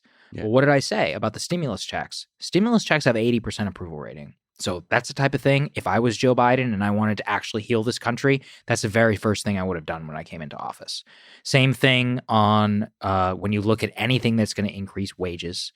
I said on the show, I was like, look, I think Joe Biden will have an 80% approval rating if he does two things. If he gives every American a $2,000 stimulus check and gives everybody who wants a vaccine. That's it. It's pretty simple. Because here's the thing. I don't really like Greg Abbott that much. We have like very different politics. I'm from Texas, but my parents got vaccinated really quickly. That means something to me. I'm like, listen, I don't really care about a lot of the other stuff. He got my family vaccinated. Like that, well, I will forever remember that. And that's how we will remember the checks. This is a part of a reason why Trump almost won the election, and why if the Republicans had been smart enough to give him another round of checks, 100% would have won, which is that people were like, look, I don't really like Trump, but I got a check with his name on it. And that meant something to me and my family. I'm not saying for all the libertarians out there that you should go and like endlessly spend money and buy votes. Mm-hmm. What I am saying is lean into the majoritarian positions without adding your culture war bullshit on top of it. Yeah. So for example, what's the number one concern that AOC says after the first round of checks got out? Oh, the checks didn't go to illegal immigrants. I'm like, are you out of your fucking mind? Like, this is the most popular policy America has probably done in 50 years, since like Medicare. And you're ruining it. Yeah. And then on the right is the same thing, which is that they'll be like, these checks are going to like, low level, blah, blah, people who are lazy and don't work. I'm like, oh, there you go. Like you're just playing a caricature of what you are. Like if you lean into those issues, and you got to do it clean. This is what everybody hates about DC, which is that Biden right now is doing the $1,400 checks, but he's looping it in with his COVID relief bill and all that. That's his prerogative. That's the Democrats' prerogative. They won the election. That's fine. But I'll tell you what I would have done if I was him. I would have come in and I would have said there's 5 United States senators who are on the record, Republicans, who say they'll vote for a $2,000 check. And I would put that on the floor of the United States Senate on my the first day possible. Mm-hmm. And I would have passed it, and I would have forced those Republican senators to live up to that, vote for this bill, come to the Oval Office for a signing, so that the very first thing of my presidency was to say, I'm giving you all this relief check. This long national nightmare is over. Take this money. Do with it what you need. We've all suffered together. The thing about Biden is he has a portrait of FDR in the Oval, which kind of bothers me because he thinks of himself as an FDR-like figure. Mm-hmm. But you have to understand the majesty of FDR. We're talking about a person who passed a piece of legislation 5 days after he became president, and he passed 15 transformative pieces of legislation in the first 100 days. We're on day like 34, 35, and nothing is passed. The reconciliation bill will eventually become law, but it'll become law with no Republican votes. And again, that's fine. But it's not fulfilling that legacy and the urgency of the action. And the mandate, which I believe that history has handed it to Trump, and he fucked it up, right? He totally screwed it up. He could have remade America and made us into the greatest country ever coming out on the other side of this. He decided not to do that. I think Biden was again handed that, like a scepter almost. It's like all you have to do, all America wants is for you to raise it up high. Yeah. But he's keeping it within the realm of traditional politics. I think it's a huge mistake. Why? So this is, everything you're saying makes perfect sense. Like okay. It's like, it's like, again, if the aliens showed up, it's like the obvious thing to do is like, what's the popular thing? Like 80% of Americans support this. Like, do that, clean. Also do it like with like grace, where you're able to bring people together, not like in a political way, but like obvious common sense way. Like just people, the Republicans and Democrats, just bring them together on a policy and like bold, just hammer it without the dirt, without the mess, whatever. Try to compromise, just yell have a good Twitter account, like loud, very clear. We're going to give a $2,000 stimulus check. Anyone who wants a vaccine gets a vaccine at scale. Let's make America great again by manufacturing. Like, we are manufacturing most of the world's vaccine because we're bad motherfuckers. Yeah. And without maybe with more eloquence than that, and just do that. Why haven't we seen that for several presidencies? Because of coalitional politics, and they owe something to somebody else. For example, Biden has got a lot of the Democratic constituency he has to satisfy within this bill. So there's going to be a lot of shit that goes in there, state and local aid, all this stuff. Again, I'm not even saying this is bad, but his theory is, and this isn't wrong, is like, we're going to take the really popular stuff and use it as cover for the more downwardly less popular. And so the Dems could face the accusation. The people who are on this side, this is their pushback to me. They're like, why would we give away the most popular thing in the bill and then we would never be able to pass state and local aid, right? Why would we do that? And the Republicans do the same thing, right? Like Mitch McConnell, because he's a fucking idiot, decided to say, we're going to pair these $2,000 stimulus checks with like Section 230 repeal. And it was like, oh, it's obviously dead, right? Like, it's not going to happen together. That's largely why I believe Trump lost the election and why those races down in Georgia went the way that they did. Obviously, Trump had something to do with it, but the reason why is they have long-standing things that they've wanted to get done, and in the words of Rahm Emanuel, never let a good crisis go to waste, and try and get as much as you possibly can done within a single bill. My counter would be this. Things have worked this way for too long, which is that the reconciliation bill is almost certainly going to be the only large signature legislative accomplishment of the Biden presidency. That's just how American politics works. Maybe he gets one more. Maybe one. He gets a second reconciliation bill. Then you're running for midterms. It's over. I believe that by trying to change the paradigm of our politics, leaning into exactly what I'm talking here, you could possibly transcend that to a new one. And I'm not naive. I think people respond to political pressures. And the way that we found this out was David Perdue, who is just a total corporate, Dollar General CEO guy. He was against the original $1,200 stimulus checks. But then Trump came out, who's the single most popular figure in the Republican Party. He's like, I want $2,000 stimulus checks. And all of a sudden, Perdue running in Georgia is like, yeah, I'm with President Trump. I want a $2,000 stimulus check. That was, if you're an astute observer of politics, to say, you can see there that you can force people to do the right thing because it's the popular thing. And that if it's clean, if you don't give them any other excuse, they have to do it. Yeah. So this is what we've been gaslit into our culture war framework of politics. And the reason it feels so broken and awful is because it is, but there is a way out. It's just that nobody wants to be, it's a game of chicken, right? Because maybe it is true. Maybe we would never be able to get your other Democratic priorities or your Republican priorities. But I think that the country understands that this is fucking terrible and would be willing to support somebody who does it differently.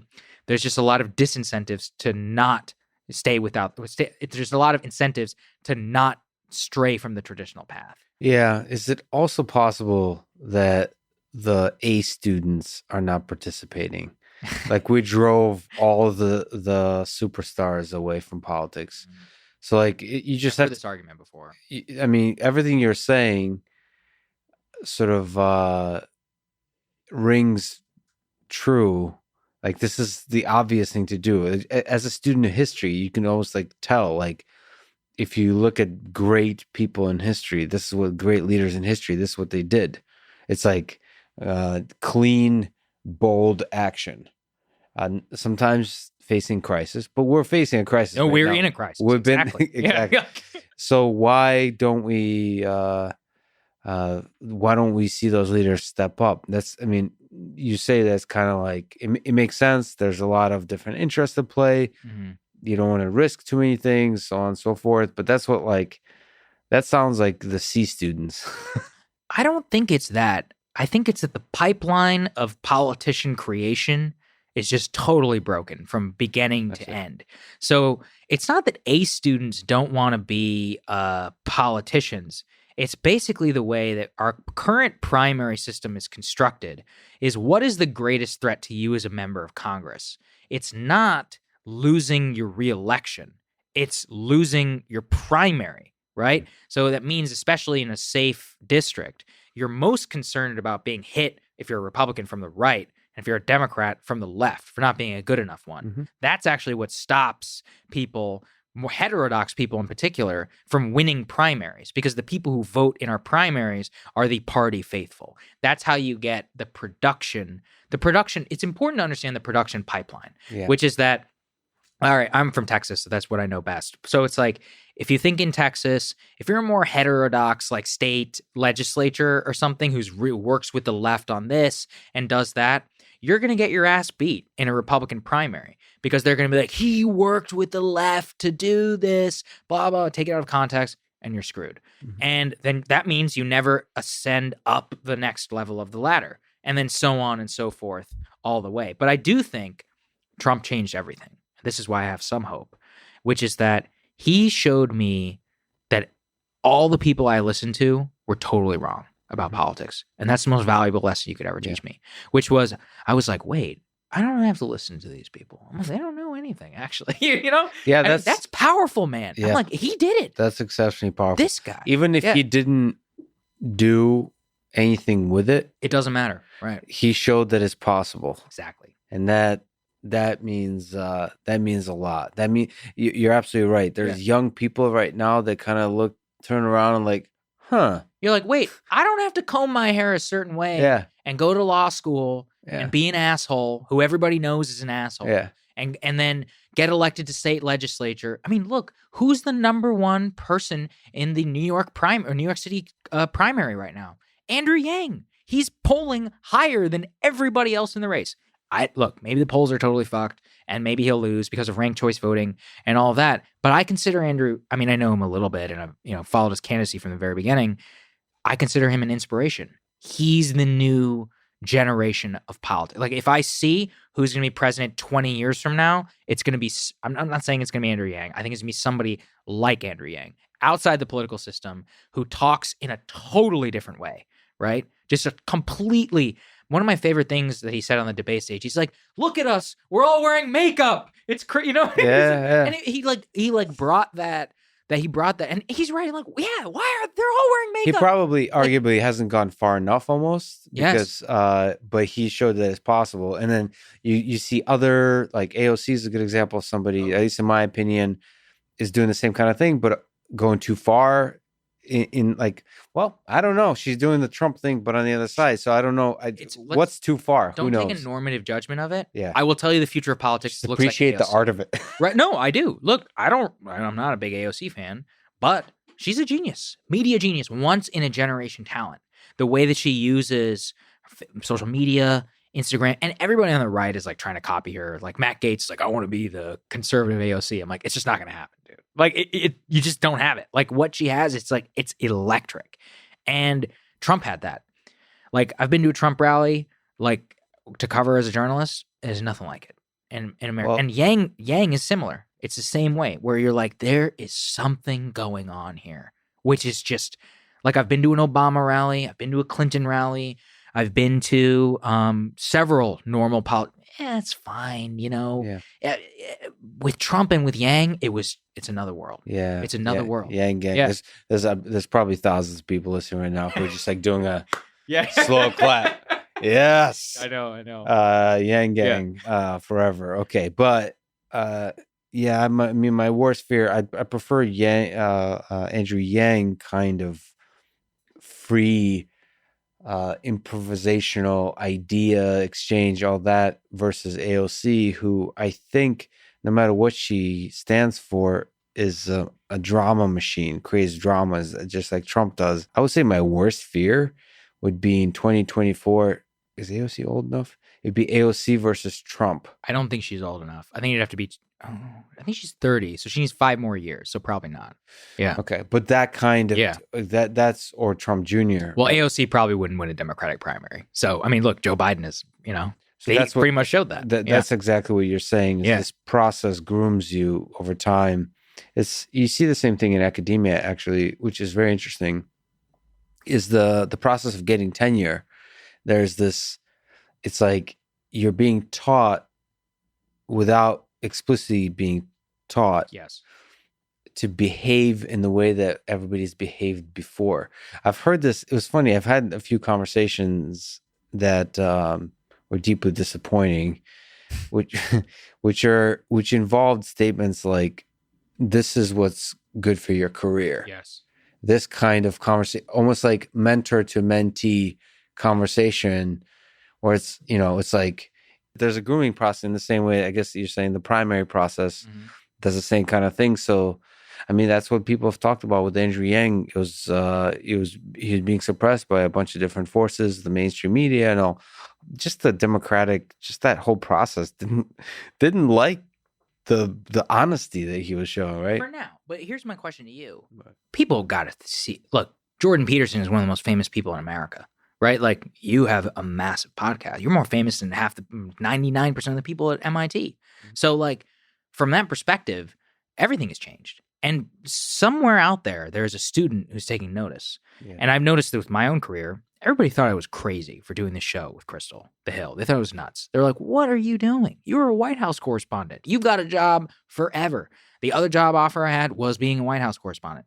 And people thought I was nuts for not just sticking there and, aging out within Washington, pining for appearances on Fox News and CNN and MSNBC. But I hated it. I just hated doing it. And I did not want to be a company man, like a Washington man, who's one of those guys who like brags to his friends about how many times he's been on Fox or whatever, mostly because I just have a rebellious streak and I hate being at the subject of other people. I created something new, which a lot of people watch to get their news. And I notice that younger people, who are almost all my audience, they don't really look up to any of the people in traditional, right? They don't go and they're not coming up and being like, how do I be like Jim Acosta? They're like, hey, how did you do what you do? And the way you did it is by bucking the system. Yeah. So I think that we are at a total split point. And look, there will always be a path for people, because like, I don't want people to overlearn this lesson. I have people who are like, I'm not going to go to college. And I'm like, well, just wait. Yeah. I'm like, just. I'm starting a podcast. Yeah. Like, stop. Just hold on a second. But there will always be a path for the institutional. That will always be there for you. But now there's something else. Now there's another game in town. And that's more appealing to millions and millions and millions and millions of people who feel unserved by the corporate media, CNN, and these people, possibly who feel unserved in the faculty. Like, if you are an up-and-comer who wants to teach as many young people as possible, I think you should be on YouTube. Right? Like, look at the Khan Academy guy. That guy created a huge business. So I just think we can be cynical and like upset about what that system is, but we should also have hope. Like, I have a lot of hope for what can be in the future. Yeah, there's a guy people should check out. So my story is a little bit different because I basically stepped aside with the dream of being an entrepreneur earlier in the pipeline than like a legitimate like senior faculty would. There's an example, somebody people should check out, Andrew Huberman from Stanford, who's a neuroscientist, who's as world-class as it gets in terms of like tenure faculty, just a really world-class researcher, and now he's doing YouTube. And Yeah, I see him on Instagram. Yeah. And he's Right. great. So he switched. So he not just does Instagram, he now has a podcast, and he's changing the nature of, like, I believe that Andrew might be the future of Stanford. And for a lot, it's funny, like, he's basically, Joe Rogan is an inspiration to Andrew. Mm-hmm. And to me as well. And those ripple effects, and Andrew is an inspiration, probably just like you're saying, to these young, like 25-year-olds who are soon to become faculty, if we're just talking about academia. And the same is probably happening with government. Is funny enough, Trump probably is inspiring a huge number of people who are saying, wait a minute, I don't have to play by the rules. Exactly. And I can think outside the box here. And you're right. And the institutions we're seeing are just probably lagging behind. So the optimistic view is the future is going to be full of exciting new ideas. So Andrew Yang is just kind of the beginning of this whole thing. He's tip of the iceberg. Yeah. And I hope that iceberg it's not this influencer. One of the things that really bothers me. Yeah. I've gotten a chance. Now, I should be careful here. I don't want to, I love everybody, but these people who talk about, like, how to make your first million or how to succeed, and they're so, I mean, yeah, that makes me a little bit cynical about, I'm worried that the people that win the game of politics will be ones that want to win the game of politics. They already are, man. Yeah. And like we mentioned, AOC, I hope they optimize for the 80% populist thing, right? Like, they optimize for that badass thing that history will remember you as the great man or woman that did this thing, versus how do I maximize engagement today and keep growing those numbers? The influencers are I'm so allergic to this, man. Mm-hmm. They keep saying how many followers they have on the different accounts. And it's like, I don't think they understand. Maybe I don't understand. I don't really care. I think it has destructive psychological effects. One, like thinking about the number, like getting excited, your number went from 100 to 101 and being like, and today went out to 105. Whoa, that's a big jump. That maybe, like, thinking in this way, like, I wonder what I did. I'll do that again. In this way, one, it creates anxiety and those psychological effects, whatever. The more important thing is it prevents you from truly thinking boldly in the long arc of history, in creatively, thinking outside the box, doing huge actions. 100%. And I actually, my optimism is in the sense that kind of action will beat out all the influencers. Well, I don't know, Lex. This is where my cynicism comes in. So there's a guy, Madison Cawthorn, the youngest member of Congress. And he, I don't want to say got caught, but there was like an email where he was like, my staff is only oriented around comms. Like, he was basically saying, he got basically caught saying, like, my staff is only centered on communications. And that's the right play if you do want to get the benefits of our current electoral, political, and engagement system, which is that what's the best way to be known within the right as a right-wing politician? It's to be a culture warrior, go on Ben Shapiro's podcast, be one of the people on Fox News, go on Sean Hannity's show, go on Tucker's show, and all of that, because you become a mini celebrity within that world.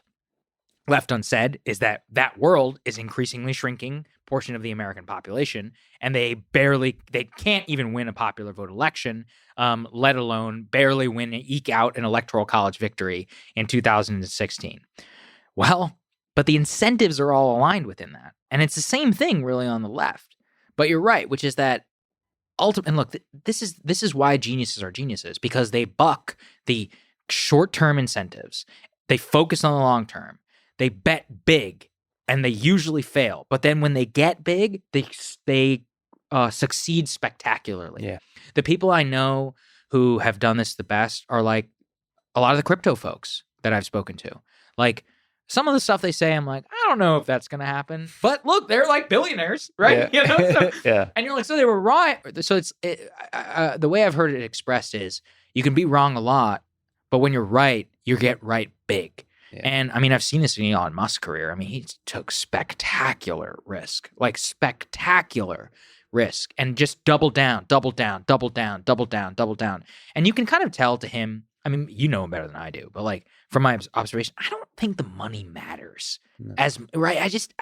Like when I see him, I'm like, nobody works as hard as you do and builds the way that you build if it's just about the money. It just doesn't happen. Like nobody wills SpaceX into existence just for the money. Like it's not worth it, frankly, right? Like he probably destroyed years of his life and like mental sanity. Money or attention or fame, none of that. Yeah. That's not the primary priority. Well, that's what's so appealing to me in particular about him, just like and how he built. Like I read a biography of him and just like the way that he constructed his life and like is able to hyper focus in meeting after meeting and drill down and also hire all of the right people who execute each one of his tasks discreetly to his perfection is amazing. Like that's actually the mark of a good leader. But I mean, if you think about his career, the reason he's a renegade is because probably he was told to like put it in an index fund or whatever. Like whenever he made his like 29 million, and from PayPal, I don't know how much he made, and then just go along that run. He's like, no, and so he succeeds spectacularly. So you have to have somebody who's willing to come in and buck that system. So for now, I think our politics are generally frozen. I think that model is going to be most generally appealing to the mean person. But somebody will come along and will change everything. Yeah, I'm just surprised there's not more of them. Yeah. On that topic, it's now 21? Yes. Let's make some predictions that you can be wrong about. Good.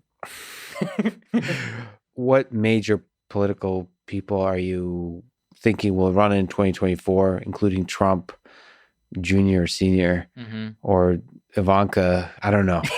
Any Trump. And who do you think wins? I think Joe Biden will run again in 2024, and I think he will run against someone with the last name Trump.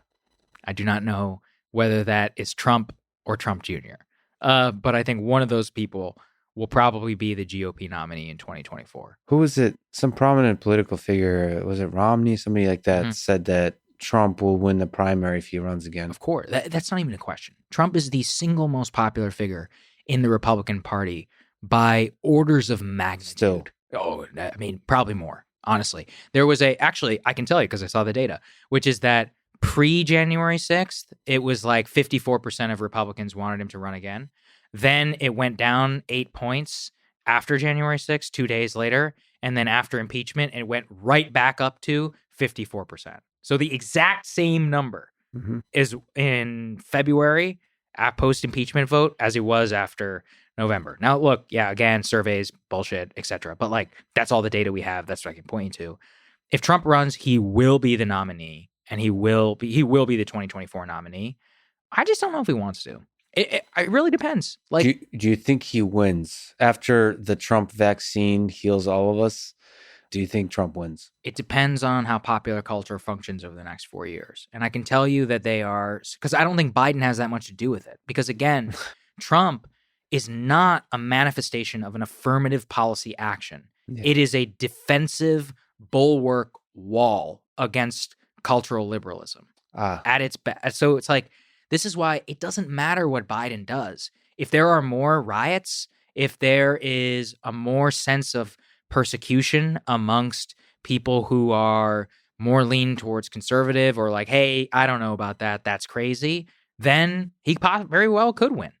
Let's say Joe Biden doesn't run and they put up like Kamala Harris. I think he would beat her. And I don't think there's a question that Trump would beat Kamala Harris in 2024. And you don't think anybody else, I don't know how the process works. You don't think anybody else on the Democratic side can take the... Well, how could you run against the sitting vice president? You know, it's like if Joe Biden has a 98% approval rating in the Democratic Party. If he says she is my heir, I think enough people will listen to him in a competitive primary or a non-competitive primary. And then there's all these things about how primary systems themselves are rigged. The DNC could make it known that they'll blacklist anybody who does try and primary Kamala Harris. And look, I mean, progressives aren't necessarily all that popular amongst actual Democrats. Like we found that out during the election. There's an entire constituency which loves Joe Biden and Joe Biden level politics. And so if he tells them to vote for Kamala, I think I think she would probably get it. But again, there's a lot of game theory obviously happening. But see, I think you're talking about everything you're saying is correct about mediocre candidates. It feels like if there's somebody like a really strong, I don't want to use this term incorrectly, but populist, somebody that speaks to the 80% is able to provide bold, eloquently described solutions that are popular, I think that breaks through all of this nonsense. How? How do they break through the primary system? Because the problem is the primary system is not populism. It's primary. So it's like... But you don't think they can tweet their way to... Well, you have to be willing to win a GOP primary. You basically have to be at... Whoever wins the GOP primary, in my opinion, will be the person most hated by the left. One of the things that people forget is, you know who came in second to Trump? Ted Cruz.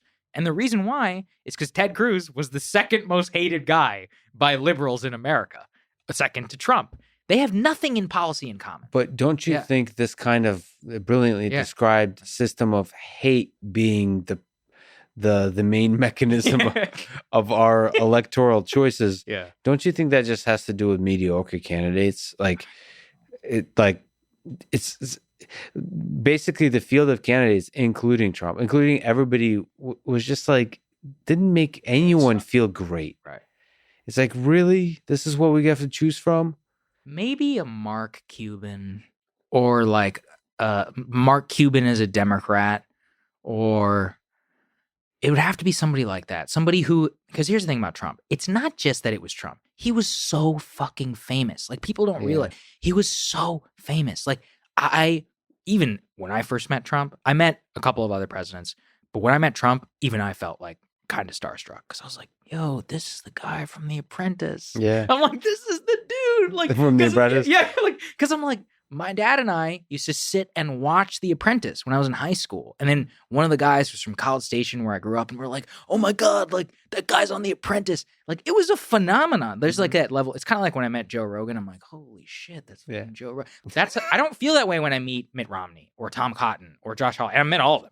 But there's a lot of celebrities, right? Do you think there's some celebrities we're not even thinking about that could step in? The Rock? Have to be. So I was about to say, I think The Rock could do it. But does he want to do it? I mean, it's terrible. Like, it's a terrible gig. It's very hard to do.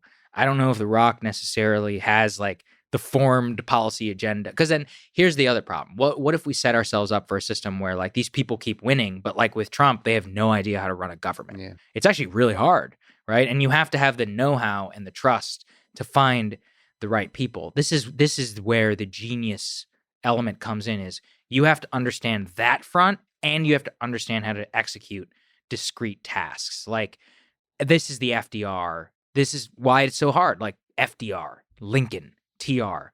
They were who they were, and they live in history, and their name rings like for a reason.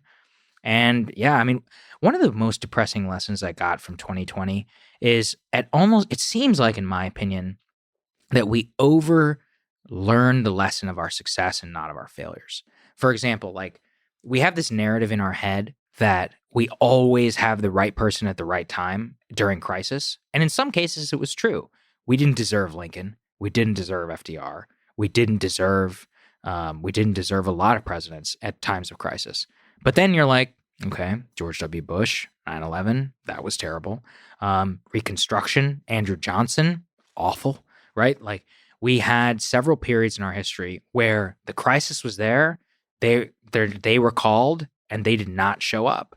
And it hadn't happened in my lifetime except for 9/11. And even then you could kind of see that as an opportunity for somebody like Obama to come in and fix it. But then he didn't do it. And then Trump didn't do it. And you realize, I feel like our politics are most analogous to like the 1910s, like all in terms of the Gilded Age, in terms of that. Remember there's that long period of presidents between like Lincoln and Teddy Roosevelt. We were like, wait, like, who was president? Like, or even TR was like an exception where you have like Calvin Coolidge, who like Silent Cow. So we're living through Grover that. Cleveland. That's kind of how, if I think of us within history, I feel like we're in one of those times. We're just waiting. It feels really important to us right now. Like this is the most important moment in history, but it might be. It could just be a blip, right? A 20, 30-year blip. Like when you think about who was president between 1890 and between like 1888 and 1910. Like nobody really thinks about that period of America, but like that was an entire lifetime for people, right? Like how did they feel about the country that they were in? That's hilarious. That's how I kind of think about where we are. It's funny to think. I mean, I don't want to minimize it, but like we haven't really gone through a World War II style crisis. So like, say that there is a crisis in like several decades of that level, right? Existential risks to a large portion of the world. Then what will be remembered is World War II, maybe a little bit about Vietnam, and then whatever that crisis is. And this whole period that we see as dramatic, even coronavirus. Even 9/11. Even 9/11. It's like, because you can look at how many people died and all those kinds of things, all the drama around the war on terror and all those kinds of things. Maybe Obama will be remembered for being the first African-American president. But then, that's fascinating to think about. Oh, man. Even Trump will be like, oh, okay, he cool. was that guy. Yeah. Like maybe he'll be remembered as the first celebrity. I mean, Reagan was already a governor, right? Yeah. So like the first apolitical celebrity that was able. So maybe if there's more celebrities in the future, they'll say that Trump was the first person to pave the way for celebrities to win. Oh man, yeah. And I still hold that this era will probably be remembered. People say I talk about Elon way too much, but but the reality is like there's not many people that are doing the kind of things he's doing. Is why I talk about it. Is I think this era, it's not necessarily Elon and SpaceX, but this era will be remembered by of the space exploration, of the commercial, of companies getting into space exploration, of space travel, and perhaps like artificial intelligence around social media, all those kinds of things. This might be remembered for that. But all the political bickering, all of that nonsense, that might be very well forgotten. One way to think about it is that the internet is so young. Yeah, I think about it. Right. So Jeff Jarvis, he's a media scholar I respect. He's not the only person to say this, but many others have. Which is that look, this is kind of like the printing press. There was a whole 30 years war because of the printing press. Yeah, it took a long time for shit to sort out. I think that's where we're at with the internet. Like at a certain level, it disrupts everything. And that's a good thing. It can be very tumultuous. I never felt like I was living through history until coronavirus. Like, until we were all locked down, I was like, I'm living through history. Like there's this very overused cliche in DC where every comm staffer wants you to think that what their boss just did is history. And I've always been like, this isn't history. This is some like stupid fucking bill, whatever. But like, that was the first time I was like, this is history. Like this right here. Well, I was hoping, tragedy aside, that I wish the primaries happened during coronavirus so that we, right. Because like then we can see, so, okay, here's a bunch of people facing crisis and it's an opportunity for leaders to step up. Like, I still believe the optimistic view is the game theory of like influencers will always be defeated by actual great leaders. So like, maybe the great leaders are rare, but I think they're sufficiently out there that they will step up, especially in moments of crisis. Mm-hmm. And coronavirus is obviously a crisis where like, mass manufacture of tests, all kinds of infrastructure building that you could have done in 2020. There's so many possibilities for just like bold action. It makes me sad. None of that, even just forget actually doing the action, advocating for it. Yeah, right. Just saying like this, we need to do this. And none of that. Like the speeches that Biden made, I don't even remember a single speech that Biden made because there's zero bold. I mean, their strategy was to be quiet and let Donald Trump polarize the electorate. Polarize the electorate and hope that results in them winning. Because of the high unemployment numbers and all those kinds of things, as opposed to like, let's go big. Let's go with a big speech. That Ah, yeah, it's a lost opportunity in some sense. So we talked a bunch about politics, but Mhm. one of the other interesting things is that you're involved with is or involved with defining the future of is journalism. I suppose you can think of podcasting as a kind of journalism, Of course it is. but also just writing in general, just whatever the hell the future of this thing looks like is up to be defined by people like you. So, what do you think is broken about journalism, and what do you think is the future of journalism? I think the future of journalism looks much more like what you and I are doing here right now. And journalism is going to be downstream from culture. That can be a good and a bad thing depending on how you look at it. We are going to look at our media. Our media is going to look much more like it did pre-mass media. And the way that I mean that is that back in the 1800s in particular, especially after the invention of the telegraph, when information itself was known. So, for example, like you and I don't need to, let's say you and I are competing journalists. You and I are no longer competing, quote unquote, to tell the public X event happened. All journalism today is largely explaining why did X happen. Mm-hmm. And part of the problem with that is that means that it's all up for partisan interpretation. Mm-hmm. Now, you can say that that's a bad thing. I think it's a great thing because the highest level of literacy and news viewership in America was during the time of yellow journalism, was during the time of partisan journalism. Not a surprise. People like to read the news from people that they agree with. You could say that's bad, echo chambers, etc. That's the downside of it. The upside is more people are more educated. More people are interested in the news. So I think the proliferation of mass media, of this format, Mm-hmm. of Long form, niching, of not just long form. I do updates on Instagram, which are 5 minutes. Oh, you consider Yeah. like Instagram? Yeah. Oh, Almost yeah. even Twitter. Oh, of course, Twitter. Twitter is where I get my news from. Yeah. I don't read the paper. Twitter is my news aggregator. It's called my wire, where I find out about hard events, like the president has departed the White House. But not only Right? that, I don't Yeah. know about you, but I also looked at Twitter to the exact thing you're saying, which is Yeah. the response to the news. Correct. Like the thoughtful, sounds ridiculous, but you Yeah. can be pretty thoughtful in a single Well, tweet. if you follow the right people, Yeah. you can get that.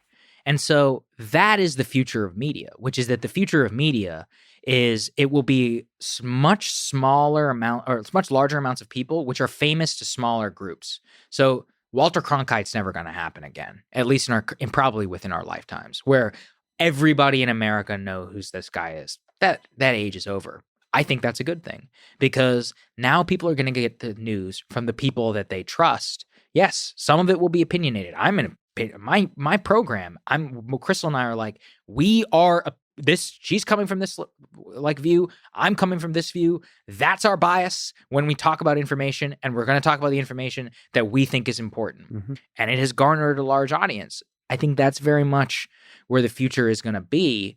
And the reason why I think that's a good thing is because people will be engaged more within it rather than the current system where news is highly concentrated, highly consolidated, has groupthink, has the same elite production pipeline problem of everybody knows journalists all come from the same socioeconomic background and they all party together here in DC or in New York or in LA or wherever, and they're part of the same monoculture, and that affects what they report. This will cause a total dispersion of all of that. The battle of our age is going to be the guild versus the non-guild. So like what we see right now with the New York Times and Clubhouse, this is a very, very, very, very, very intentional thing that is happening, which is that the Times talking about unfettered conversations, that's happening on Clubhouse for people who aren't aware. This is important because they need to be the fetterers of conversation. Mm-hmm. They need to be the interagent. That's where they get their power. They get their power from convincing Facebook that they are the ones who can fact check stuff. Yeah. They are the ones who can tell you whether something is right or wrong. That battle over unimpeded conversation and the explosion of a format that you and I are doing really well in, and then this more consolidated one, which holds cultural power and elite power and, more importantly, money, right, over you and I, that's the battle that we're all going to play. Do you think out. unfettered conversations have a chance to win this battle? Yes, I do in the long run. In the long run, the internet is simply too powerful. But here's the mistake everybody makes. The New York Times will never lose. It will just become one of us. See, You think so? they already are. They are the largest. The Daily? The Daily. Look at the Daily. Not even that. Think about it, not in podcasting. The Times is not a mass media product. It is a subscription product for upper middle class, largely white liberals who live the same circumstances across the United States and in Europe. There's nothing wrong with that. But here's the thing. You can't be the paper of record when you're actually the paper of upper middle class white America. Your job is to report on the news from that angle and deliver them the product that they want. There's nothing wrong with that. Their stock price is higher than ever. They're making 10 times more money than they did 10 years ago, but it comes at the cost of not having a mass application audience. So like when I think people in our space are always like, the New York Times is going to be destroyed. No, it's actually even better. They will just become one of us. They already are. They're a subscription platform. Well, yes, in terms of the actual mechanism, but New York Times is still, and I don't think I'm speaking about a particular sector. I think it, as a brand, it does have the level of credibility assigned to it still. There's politicization of it. Totally. But there's a credibility. Like, it has much more credibility than, forgive me, but then I think you and I have. No, you're right. In terms of your podcast, like, people are not going to be like, they're going to cite the New York Times versus what you said on the podcast for an opinion. I wonder, in the sense of battles, whether unfettered conversations, whether Joe Rogan, whether your podcast can become have the same level of legitimacy, or the flip side, New York Times loses legitimacy to be at the same level of in terms of how we talk about it. It's a long battle, right? It's going to take a long time. And I'm saying this is where I think the end state is going. And look at what the Times is doing. They're leaning into podcasting for a reason, but not just podcasting as in NPR level, like, here's what's happening. Michael Barbaro is a fucking celebrity, right? The guy who does the Daily. Yeah. That guy's famous amongst these people because they're like, oh my God, I love Michael. Like, I love the way he does this stuff. Again, that's fine. More people are listening to the news. I think that's a good thing. Yeah. And then who else do they hire? Ezra Klein from Vox. Yeah. Kara Swisher, also from Vox, who does Pivot, which is an amazing podcast. Or Jane Coaston, same thing. It's personalities who are becoming bundled together within this brand, right? But okay, maybe I'm just a hater. Because I loved podcasting from the beginning. I loved Green Day before they were cool, man. But I'm bothered by it. Like, why doesn't Kara Swisher, she's done successfully, I think, on her own. No, she was always a part of some kind of institution. I'm not sure. But she started her own thing, I think. Recode, anyway, right? Yeah, Recode. I don't know if that's her own thing. Right. Yeah. So she was very successful there. Why the hell did she join the New York Times with the new podcast? Why is Michael Barbaro not do his own thing? Because he gets paid, and because he wants the elite cachet that you just referenced within his social circle in New York, which is that I think the biggest mistake that some of the venture people make is, if we give everybody the tools, that those people are all going to leave to like go Substack and go independent. Within their social circle, sacrificing some money from being independent is worth it to be a part of the New York Times. That's sad to me because it propagates old thinking. Like, it propagates old institutions. And you could say that New York Times is going to evolve quickly and so on, but I would love it if there was a mechanism for reestablishing, like, for building new New York Times in terms of public legitimacy. And I suppose that's wishful thinking, because it takes time to build trust in institutions, and it takes time to build new institutions. My main thing I would say is public legitimacy as a concept is not going to be there in mass media anymore because of the balkanization of audiences. I mean, think about it, right? Like, this is like Legion, the classic stuff around 1,000 true fans, or no, sorry, like 100 true fans even now. Like, you can make a living on the internet just talking to 100 people. Yeah. As long as they're all high frequency traders. Some of the highest paid people on Substack, they don't have that many subs. It's just that they're Wall Street guys, right? So people pay a lot of money. Again, that's great.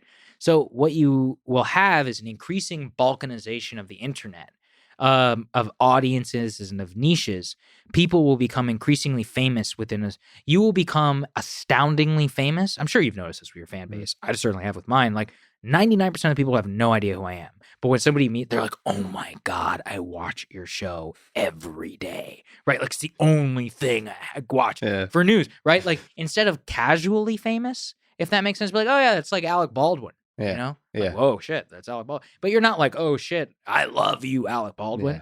Yeah. This is a Ben Smith of the New York Times, actually. He wrote this column. He's like, the future is everybody will be famous, but only to a small group of people. Yeah. And I think that is true. But again, I don't decry it. I think it's great because I think that the more that happens, the more engaged people will be. And it empowers different voices to be able to come in and then possibly, I wouldn't say destroy, but compete against. I mean, look at Joe. Joe is more powerful than CNN and MSNBC and Fox all put together. That gives me like immense inspiration. Yeah. Like he created the space for me to succeed. And I told him that when I met him. I was like, dude, like I listened to this podcast when I was like young. And I remember like when I got to meet him and all that. And I told him this on this pod. I was like, I didn't know millions were willing to listen to a guy talk about chimps for 3 straight hours, including me. I didn't know that I'd be one of those people. Yeah, me too. I learned something about myself from his show. Yeah. And so by creating that space, I'd be like, wait, there's a hunger here. Like he showed us all the way. And none of us will ever again be as famous as Rogan because he was the first. And that's fine because he created the umbrella ecosystem for us all to thrive. That is where I see like a great amount of hope within that story. Yeah, and the cool thing, he also supports that ecosystem. He's so generous. One of the things he paved the way on for me is to show that you can just be honest, publicly honest, and not jealous of other people's success, but instead be supportive and all those kinds of things, just like loving towards others. He's been an inspiration. I mean, to the comics community, I think there are a bunch of before that. I think there were all a bunch of competitive haters towards each other. Yeah, and now he's like just injected love. Yeah, you know, they're still like many are still resistant, but they're like they can't help it because he's such a huge voice. He like forces them to be like loving towards each other. And the same, I tried to. One of the reasons I wanted to start this podcast was to try to. I wanted to be like do what Joe Rogan did, but for the scientific community, like my little circle of scientific community of like let's support each other. Yeah. Well, like Avi Loeb, I would have no idea who he was if it wasn't for you. I mean, I assume you put him in touch with Joe. He went on Joe's show. I had him on my show. Like millions of people would have no idea who he was if it wasn't for you. Just by the way, in terms of deep state and shadow government, Avi Loeb has to do with aliens. You better believe Joe. Dude, the last thing I sent to him was the American Airlines audio. Did you see that? The pilots who were, oh my God, dude, this is amazing. So like, I'm like getting excited. This American Airlines flight crew was over New Mexico. This happened 5 or 6 days ago. Yeah. And the guy comes and he goes, hey, do you have any targets up here? A large cylindrical object just flew over me. Okay, so this happens. Yes. Then a guy or like a radio catcher records this and posts it online. American Airlines confirms that this is authentic audio. And they go, all further questions should be referred to the FBI. So then, okay, American Airlines just confirmed it's a legitimate transmission. FBI, then the FAA comes out and says, we were tracking no objects in the vicinity of this plane at the time of the transmission. So the only plausible explanation that online sleuths have been able to say is maybe he saw a Learjet, which was, using like open source data. FAA rules that out. So what was it? He saw a large cylindrical object while he was mid-flight. American Airlines. You can go online, listen to the audio yourself. This is a 100% no shit transmission confirmed by American Airlines of a commercial pilot over New Mexico seeing a quote unquote large cylindrical object in the air. Like I said, when we first started talking, I've never believed more in UFO than aliens. Yeah, this is awesome. Yeah, I just wish both American Airlines, FBI, and government would be more transparent. Like there would be voices. I know it sounds ridiculous, but the kind of transparency that you see, maybe not Joe Rogan. He's like overly transparent. He's just a comic, really. But just I don't know, like a podcast from the FBI. Just like being honest, like excited, confused. Yeah. I'm sure they're being overly cautious about the release information. I'm sure there's a lot of information that would inspire the public, that will inspire trust in institutions, that will not damage national security. Like, it seems to me obvious. And the reason they're not sharing it is because of this momentum of bureaucracy, of caution, and so on. But there's probably so much cool information that the government has. The way I wouldn't say it confirmed it's real, but Trump didn't declassify it. Like, you know that if there was ever a president that actually wanted to get to the bottom of it, it was him. Yeah. I mean, he didn't declassify it, man. And people begged him to. I know for a fact, because I pushed to try and make this happen, that some people did speak to him about it. And he was like, no, I'm not going to do it.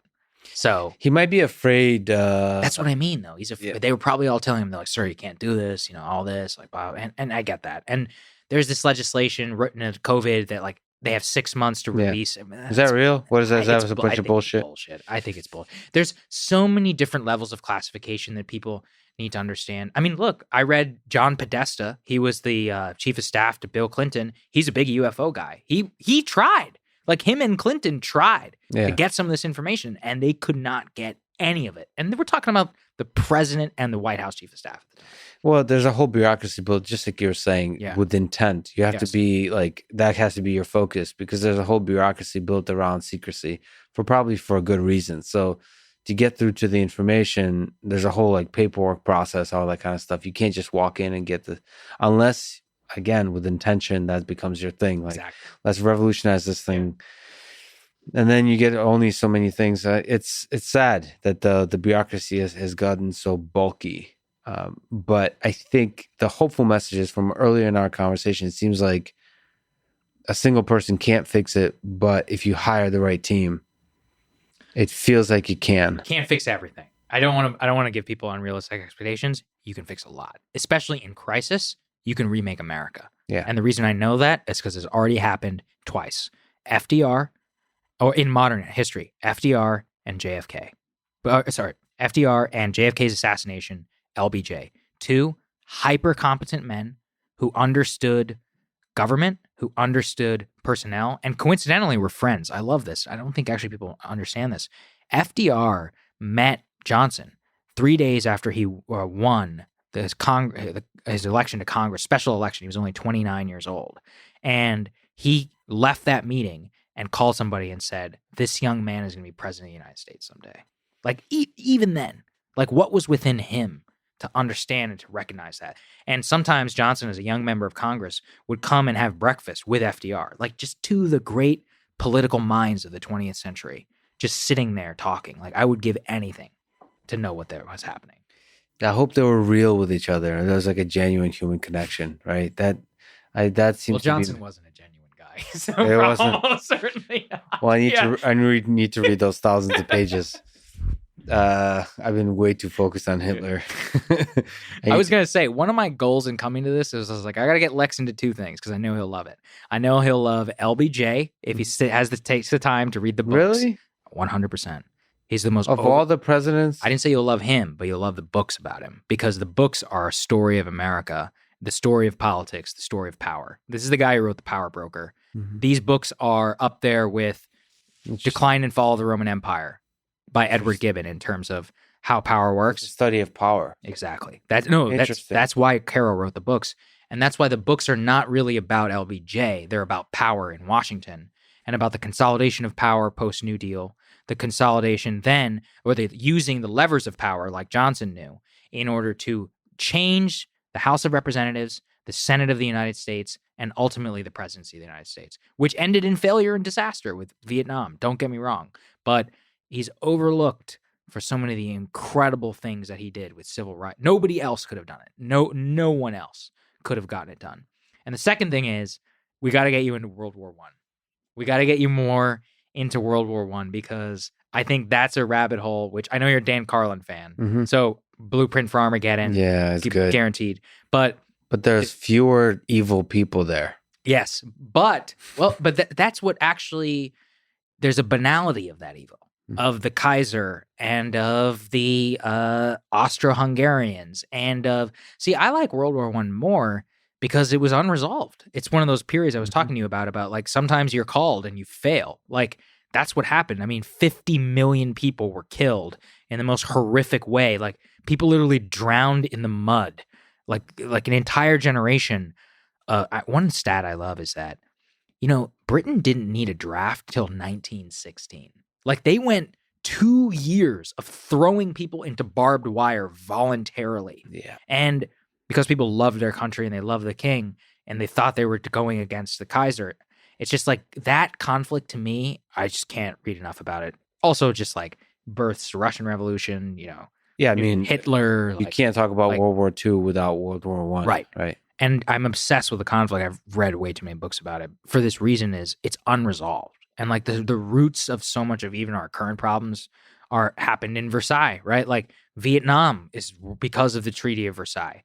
Many ways the Middle Eastern problems and the division of the states there, the Treaty of Versailles in terms of the penalties against Germany, but also the fallout from those wars on the French and the German population, or the French and the British populations, and their reluctance for war in 1939 or 1938 when Neville Chamberlain goes, right? Like that's one of the things people don't understand is the actual appetite of the British public at that time. They didn't want to go to war. Only Churchill. He was the only one in the gathering storm, right? Like being like, hey, this is really bad and all of that. And then even in the United States, our streak of isolationism, which swept, things were, because of that conflict, we were convinced as a country that we wanted nothing to do with Europe and its problems.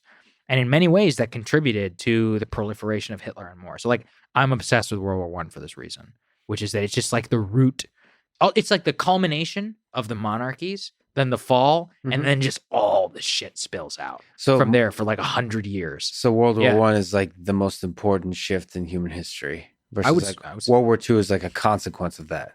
Yeah, it's so I have a degree in security studies from Georgetown, and one of the thing is that we would focus a lot on that is like war, but also like the complexity around war. And it's funny, we never spent that much time on World War II because it was actually quite of a clean war. It's a very atypical war, as in the war object, which we learned from World War I, is we must inflict suffering on the German people and invade the borders of Germany and destroy Hitler. Like the center of gravity is the Nazi regime and Hitler. So it had a very basic begin and end. Begin, liberate France, invade Germany, destroy Hitler, reoccupy, rebuild.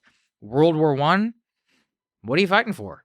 Like, and nobody even knew. You can go, the German general staff, they were like, even in 1917, they're like, the war was worth it because now we have Luxembourg. I'm like, really? Like, you killed 2 million of your citizens for fucking Luxembourg and like half of Belgium, which is now like a pond? Yeah. And same thing, the French are like, the French more so, they're defending their borders. But like, what are the British fighting for?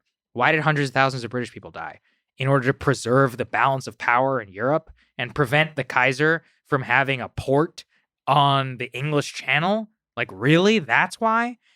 That's more what wars are, is they become these like atypical, they become these protracted conflicts with a necessary diplomatic resolution. It's not clean. It's very dirty. It usually leads in the outbreak of another war and another war and another war and a slow burn of ethnic conflict, which bubbles up. So that's why I look at that one, even because it's more typical of warfare in terms of how it works. Exactly. Yeah. It's kind of interesting. You're making me realize that World War II is one of the rare wars where you can make a strong case for it's a fight of good versus evil. Just war theory, obviously. Like, they're literally slaughtering Jews. Like, we have to kill them. And there's one person doing it. I mean, there's one person at the core. That's fascinating. And it's short and there's a clear aggression. It's interesting that Dan Carlin has been avoiding Hitler as well. Yeah. Probably for this reason. Probably for think this reason. yeah. I mean, but it's complicated too, Right. because there's a pressure. That guy has his demons. I love Dan so much. This is the I don't know if you feel this pressure, but as a creative, he feels the pressure of being maybe not necessarily correct, but maybe correct in the sense that his understanding, he gets to the bottom of why something happened, of what really happened. Yeah. Get to the bottom of it before he can say something publicly about it. And he is tortured by that burden. I know. He takes so much shit from the historical community for no reason. I think he's the greatest popularizer, quote unquote, of history.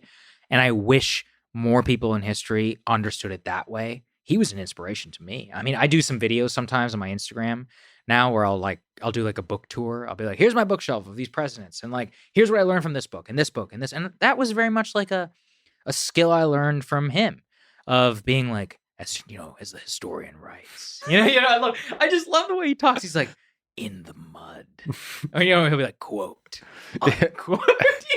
I love. He inspires me, man. Yeah, he really does, to like learn more. And I bought a lot of books because of Dan Carlin. He'll be, because of this guy, because of that guy. In terms of, another thing he does, which nobody else, and I'm probably guilty of this, he focuses on the actual people involved. Like, he would tell the story of actual British soldiers in World War I. And I probably, and maybe you're guilty of this too, we over-focus on what was happening in the German general staff, what was happening in the British general staff. And he doesn't make that mistake. That's why he tells real history. Yeah, and it gives it a feeling. The result is that there's a feeling, you get the feeling of what it was like to be there. Exactly. You're quickly becoming more and more popular.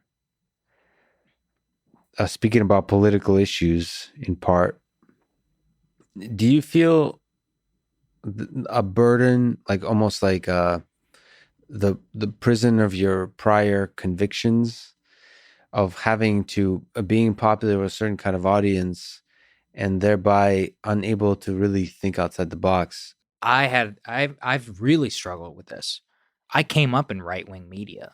I came up a much more doctrinaire conservative in my professional life. I wasn't always conservative. We can get to that later, if you want. And I did feel an immense pressure after the election by people wanted me to say the election was stolen. And I knew I had a sizable part of my audience. Well, here's the benefit. Most people know me from Rising, which is with Crystal and me. That is inherently a left-right program, so it's a large audience. So I felt comfortable, and I knew that I could still be fine in terms of my numbers, whatever, because many people knew me who were on the left. And if my right listeners abandoned me, so be it. I had the luxury of able to take that choice, but I still felt an immense amount of pressure to say the election was stolen, to give credence to a lot of the stuff that Trump was doing, to downplay January 6th, to downplay many of the Republican senators, or justify many of the Republican senators, some of whom I know, who objected to the Electoral College certification and who stoked some of the flames that have eaten the Republican base. And I just wouldn't do it. And that was hard, man. Like, I feel more politically homeless right now than I ever have. But I have realized in the last couple of months that it's the best thing that ever happened to me. It's freedom. It's true freedom. I say exactly what I think. And it's not that I wasn't doing that before. It's maybe I would avoid certain topics, or like I would think about things more from a team perspective of like, am I making sure that I'm not saying I didn't fight it. And I criticized the right plenty and Trump plenty before the election and more. It's more just like, I no longer feel as if I even have the illusion of a stake within the game. I'm like, I only look at myself as an outside observer, and I will only call it as I see it truly. And I was aspiring to that before, but I had to have, in a way, Trump stopped the steal thing. It like took my shackles off 100%. Yeah. Because I was like, no, this is bullshit. And I'm going to say it's bullshit. Yeah. And I think it's bad. And I think it's bad for the Republican Party. And if people in the Republican Party don't agree with me on that, that's fine. I'm just not going to be necessarily like associated with you anymore. This is probably one of the first politics related conversations we've had. I mean, unless you count Michael Malice, who he was great. Yeah. He's a funny guy. He's not so much political as he is like burning down, man. Yeah, right. he leans too far into anarchy for me. Yeah, I think he's. There's a place for that. It's almost. Well, first of all, he's working on a new book, which I really appreciate. Outside of he's working on like a big book for a while, which is White Pill. Mm-hmm. He's also working on this like short little thing, which is like anarchist handbook or something like that. Yeah, it's like Anarchy for Idiots or something like that. Which I think is really yeah. Well, being an idiot and being curious about anarchy seems useful. So I like those kinds of books. That's Russian heritage, man. Yeah. They're anarchist 101. Yeah. I mean, I find those kinds of things a useful thought experiment because that's why it's frustrating to me when people talk about communism or socialism or even capitalism, mm-hmm.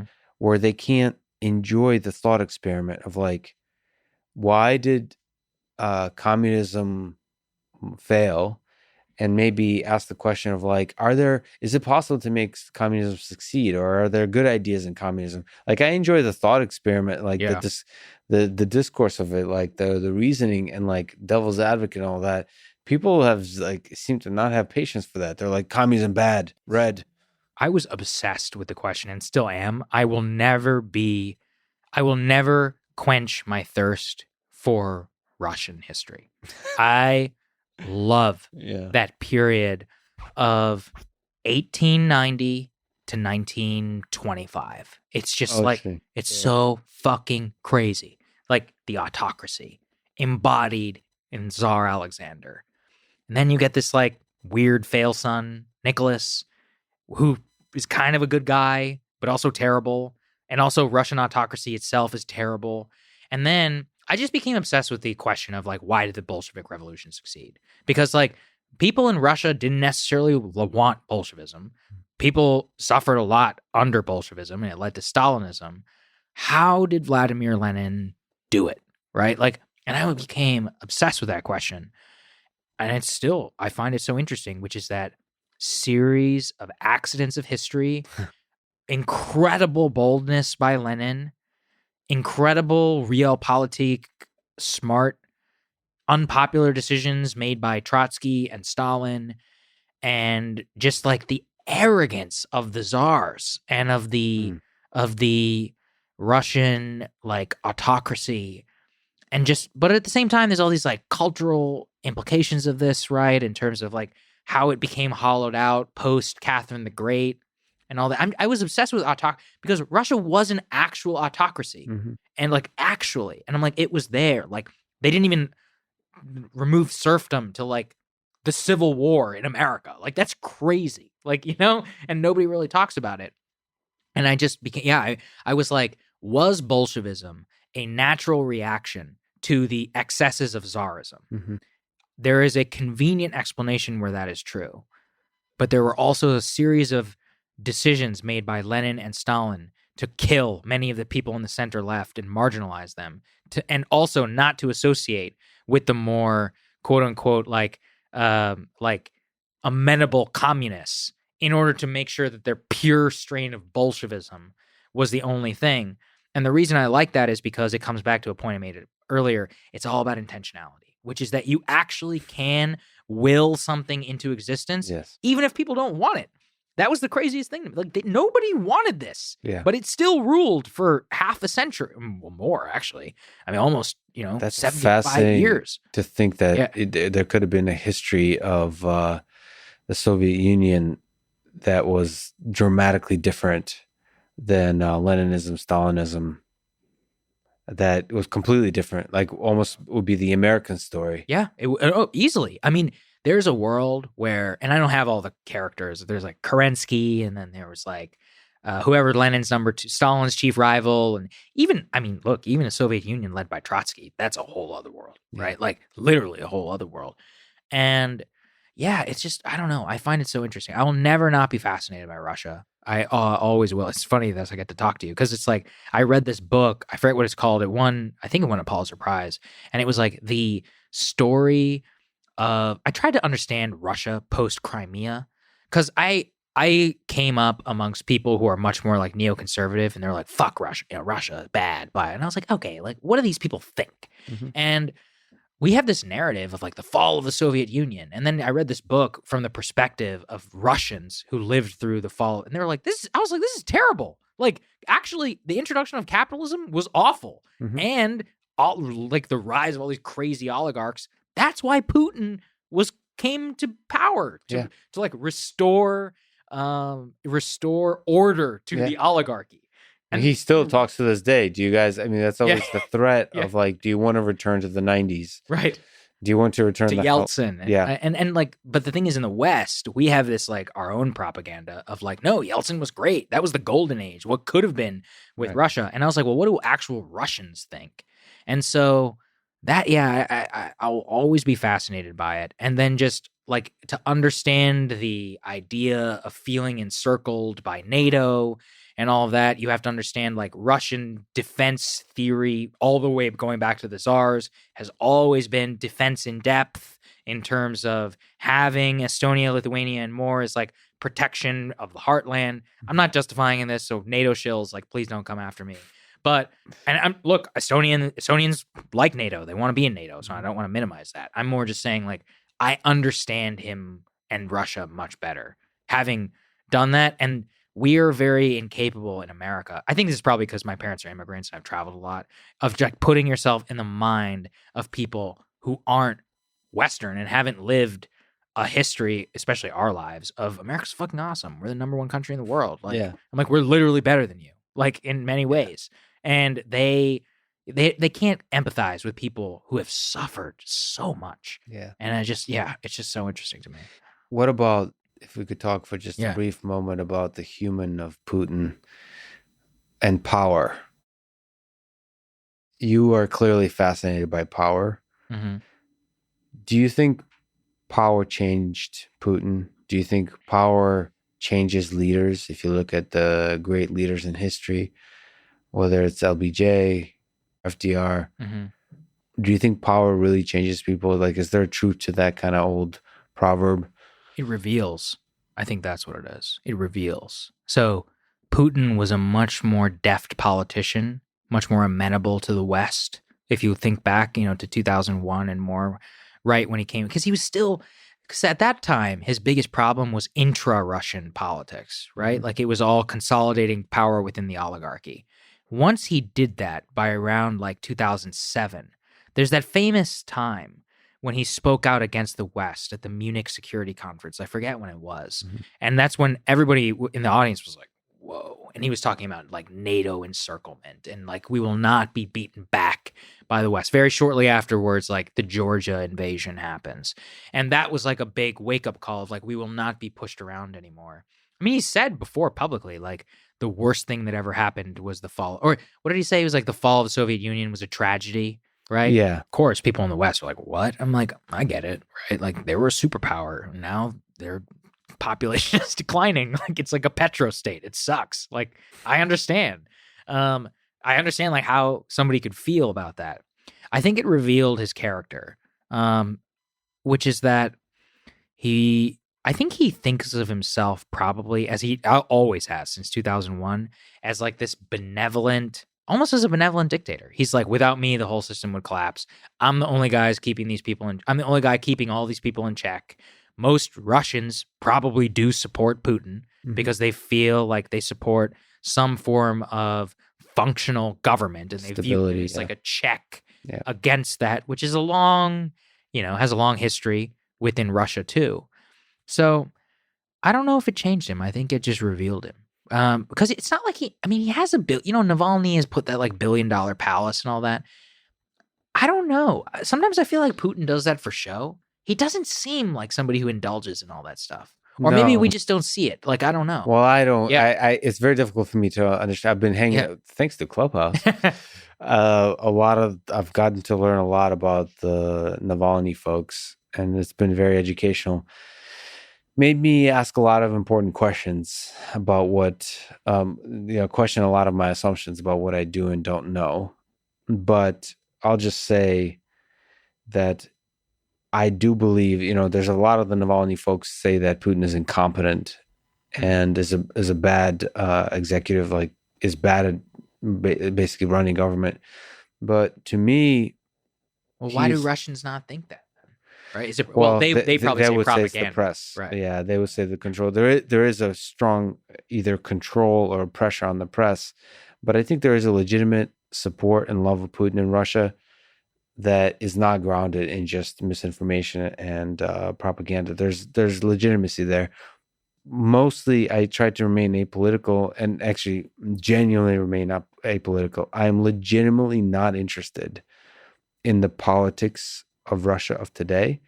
I feel I have some responsibility, and I'll take that responsibility on as I need to. But my fascination, as it is perhaps with you in part, is in the historical figure of Putin. Mm-hmm. I know he's currently president, but I'm almost looking like as if I was a kid in 30 years from now reading about him, studying the human being, the games of power that are played that got him to gain power, to maintain power, what that says about his human nature, the nature of the bureaucracy that's around him, the nature of Russia, the people, all those kinds of things, as opposed to the politics and the manipulation and the corruption and the control of the media that results in misinformation. Those are the bickering of the day, just like we were saying, what will actually be remembered about this moment in history. Totally. He's a transformational figure in Russian history, really, like the bridge between the fall of the Soviet Union and the chaos of Yeltsin. That will be how he's remembered. The only question is what comes next and what he wants to come next. I'm always I'm like, he's getting up. How old is he? 60 something? Yeah, right? 60. So he would be, I think he would be 80. So with the change of the Constitution, he can now be president until 2034, I think it is. So he would be like 80 something, and he would be in power for over 30 years, which is longer than Stalin. So, but he still seems to be... He seems fit. Yeah, I think he's going to be around for a long time. But this is a fascinating question that you ask, which is like, what does he want? I don't know. Yeah, that's the question. And this is where I think, given all of his behavior and more, I don't know if it's about money. I don't know if it's about enriching himself. Obviously, he did, to the tune of billions and billions and billions of dollars. But I think he's as close to like an actual Russian nationalist, like at the top, who really does believe in Russia as its rightful superpower. Everything he does seems to stem from that opposition to NATO, intro to Syria, like wanting to play a large role in affairs, deeply distrustful and yet coveting of the European powers. Like, look, I could describe every czar, in those same language. Like every czar falls into the exact same category. Yeah, and I mean, it makes me wonder, looking at some of the biggest leaders in human history, to ask the question of what was the motivation? What was the motivation for even just the revolutionaries like Lenin, Trotsky, and Stalin? What was the motivation? Because it sure as hell seems like the motivation was, at least in part, driven by ideas, not self-interest of like power. For Lenin, it was. I think he was a true believer and an actual narcissist who thought he was the only one who could do it. Stalin, I do think, just wanted power and realized, well, I don't know. Look, he wrote very passionately when he was young. And he really believed in communism. In the beginning, he did. What I'm always fascinated is, I'm like, around 1920, what happened, right? Post-revolution, you crush the whites. Now it's all about consolidation. That's where the games really began. Yeah. And then I'm like, I don't think that was about communism. Yeah, maybe it became a useful propaganda tool, but it still seemed like he believed in it. Whether it was, of course, this is the question. I mean, this is the problem with conspiracy theories for me, and this is legitimate criticism towards me about conspiracy theories, which is, just because you're not like this doesn't mean others aren't like this. So, like, I can't believe that somebody be like deeply two-faced. Oh, I've met them. You're welcome to Washington. But like, I think that I would be able to detect. I don't think so. No. These people are good, man. Well, my question is, I've seen it. I mean, well, so there's difference. There's Two-Face, like, there's different levels of Two-Face. Like, what I mean is to be killing people, and it's like House of Cards style, right? Mm-hmm. And still present a front like you're not killing people. I don't know if I guess it's possible, but I just don't see that at scale. Like there's a lot of people like that, and I have trouble imagining some, that's such a compelling narrative that people like to say. Like people, that's the conspiratorial mindset. I think that skepticism is really powerful and important to have, because it's true, a lot of powerful people abuse their power. But saying that about, I feel like people over assume that. It's like I see that with use of steroids often in sports. Yeah. People seem to make that claim about like everybody who's successful. Right. And I want to be I don't know, something about me wants to be cautious, because I want to give people a chance. Being purely cynical isn't helpful. People say this about me. He's only saying this to do this. Yeah. But at the same time, being naively optimistic about everything is also counterproductive, because people are going to fuck you over. And more importantly, that doesn't bother me. More importantly, you're not going to be able to reason about how to create systems that are going to be robust to corruption, to malevolent like parties. So, in order to create, you have to have a healthy balance of both, I suppose. Especially if you want to actually engineer things that work in this world that has evil in it. Right. I can't believe there's a book of Hitler on the desk. We've mentioned a lot of books throughout this conversation. Mm-hmm. I wonder, and this makes me really curious to explore in a lot of depth the kind of books that you're interested in. I think you mentioned in your show that you provide recommendations. Yes, I do. In the form of spoken word. Can you, beyond what we've already recommended, mention books, whether it is historical, nonfiction, or whether it's more like philosophical or even fiction that had a big impact on your life? Is there a few that you can mention? Sure. I already talked about the Johnson book, so I'll leave that alone. Robert A. Caro, he's still alive, thank God. He's finishing the last book. I hope he makes it. So those Johnson books. Second, can I ask you a question about those books? Yes. What the hell do you fit into so many pages? Everything, man. Let me tell you this. So I'll just give it an anecdote. This is why I love these books. The beginning, the first book is about Lyndon Johnson. Yes. His life to when he gets elected to Congress. The book begins with a history of Texas and its weather patterns, and then of his great-great-grandfather moving to Texas. Yes. Then the story of that. About 100 or so pages in, you get to Lyndon Johnson. Yes, that's how you do it. Okay. Which is it's like a Tolstoy style retelling. This is the thing; it's not a biography; it's a story of the times. That's a great biography. So another one. This isn't part of my list, so don't. Okay. Is right. Grant off the record? Ron Chernow. Ron Chernow's Grant. It's 1,000 pages, and the reason I tell everybody to read it is, it's not just the story of Grant. It is the story of pre-Civil War America, the Mexican-American War, the Civil War, and Reconstruction, all told in the life of one person who was involved in all three. Most people don't know anything about the Mexican-American War. It's fascinating. Most people don't know anything about Reconstruction. Now more so because people are talking, it's a hot topic now. I've been reading about it for years.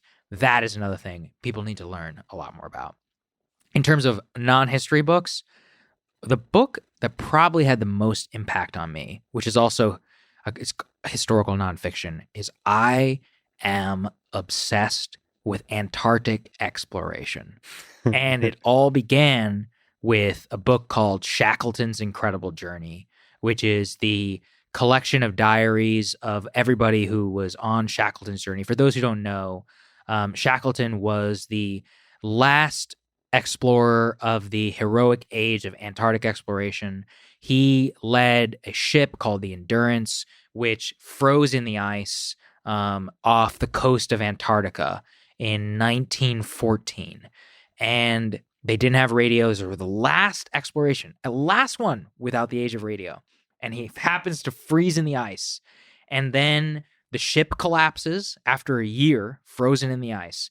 And this man leads his entire crew from that ship onto the ice with a team of dogs, survives out on the ice for another year with 3 little lifeboats, and is able to get all of his men, every single one of them alive, to an island hundreds of miles away called Elephant Island. And when they got there, he had to leave everybody behind except for 6 people. And him and 2 other guys, I'm forgetting their names, navigated by the stars 800 miles through the Drake Passage with seas of hundreds of feet to I think it's called Prince George's Island. Mm-hmm. And then when they got to Prince George's Island, they landed on the wrong side and they had to hike from one side to the other to go and meet the whalers. And every single one of those things was supposed to be impossible. Nobody was ever supposed to hike that island. It wasn't done again until like the 1980s with professional equipment. Mm-hmm. He did it after 2 years of starvation. Nobody was ever supposed to make it from Elephant Island to Prince George. The guy, they had to hold him steady, his legs, so that he could chart the stars. And if they miss this island, they're into open sea. They're dead. And then before that, how do you survive for a year on the ice? Yeah. On seals. And before that, he kept his crew from depression, frozen 1 year in the ice. It's just an amazing story.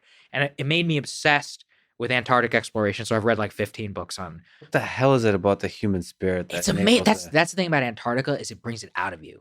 So for example, I read another one recently called Mawson's Will. Douglas Mawson. He was an Australian. He was on one of the first Robert Frost expeditions. He leads an expedition down to the south.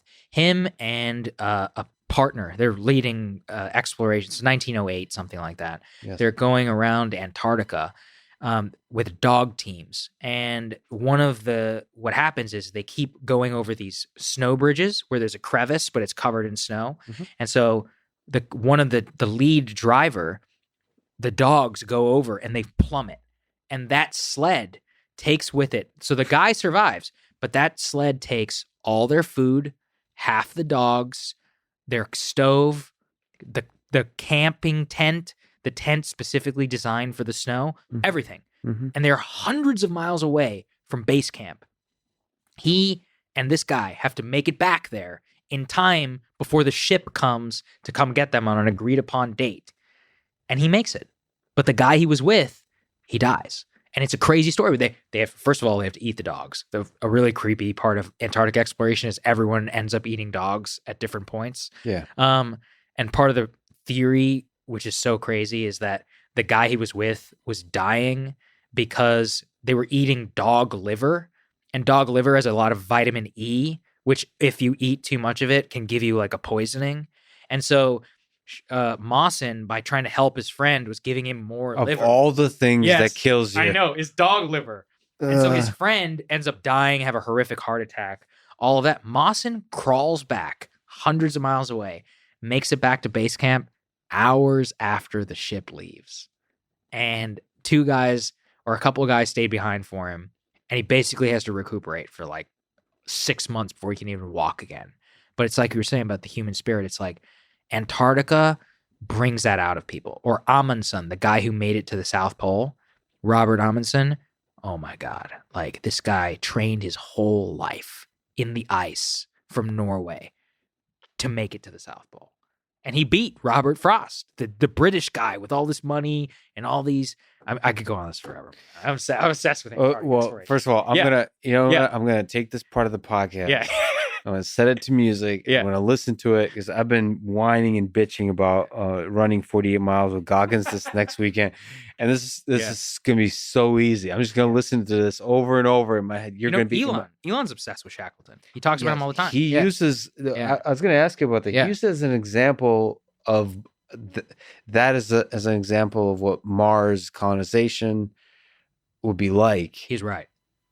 No, that Antarctica is as close to you can simulate that.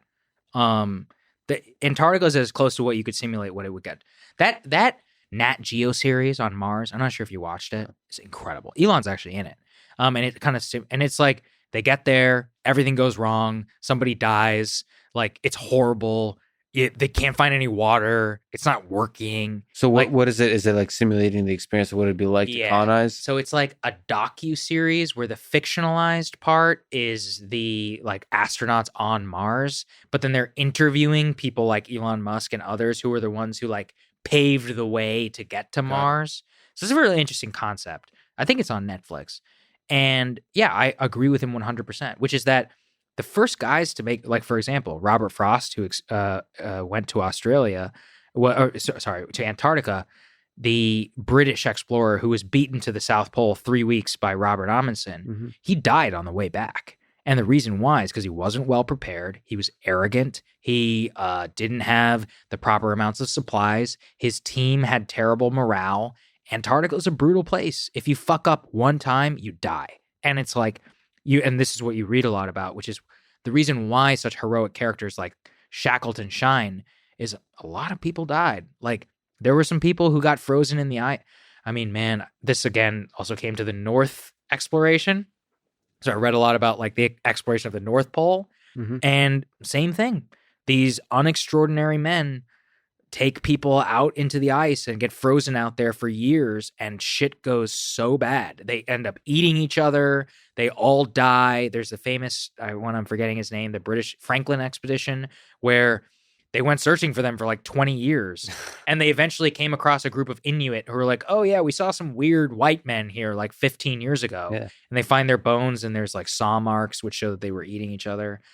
So history remembers the ones who didn't eat each other. Yeah, we remember the ones who made it, but there are, and that would be the story of Mars as well. That will be the story of Mars. So, and nevertheless, that's the interesting thing about Antarctica. Nevertheless, something about human nature drives us to explore it. Yes, that seems to be like, a lot of people have this kind of, to me, frustrating conversations. Like, well, Earth is great, man. Why do we need to colonize Mars? Like, you just don't get it. I don't know. I mean, I don't know. It's the same people that say, like, why are you running? Like, why are you running a marathon?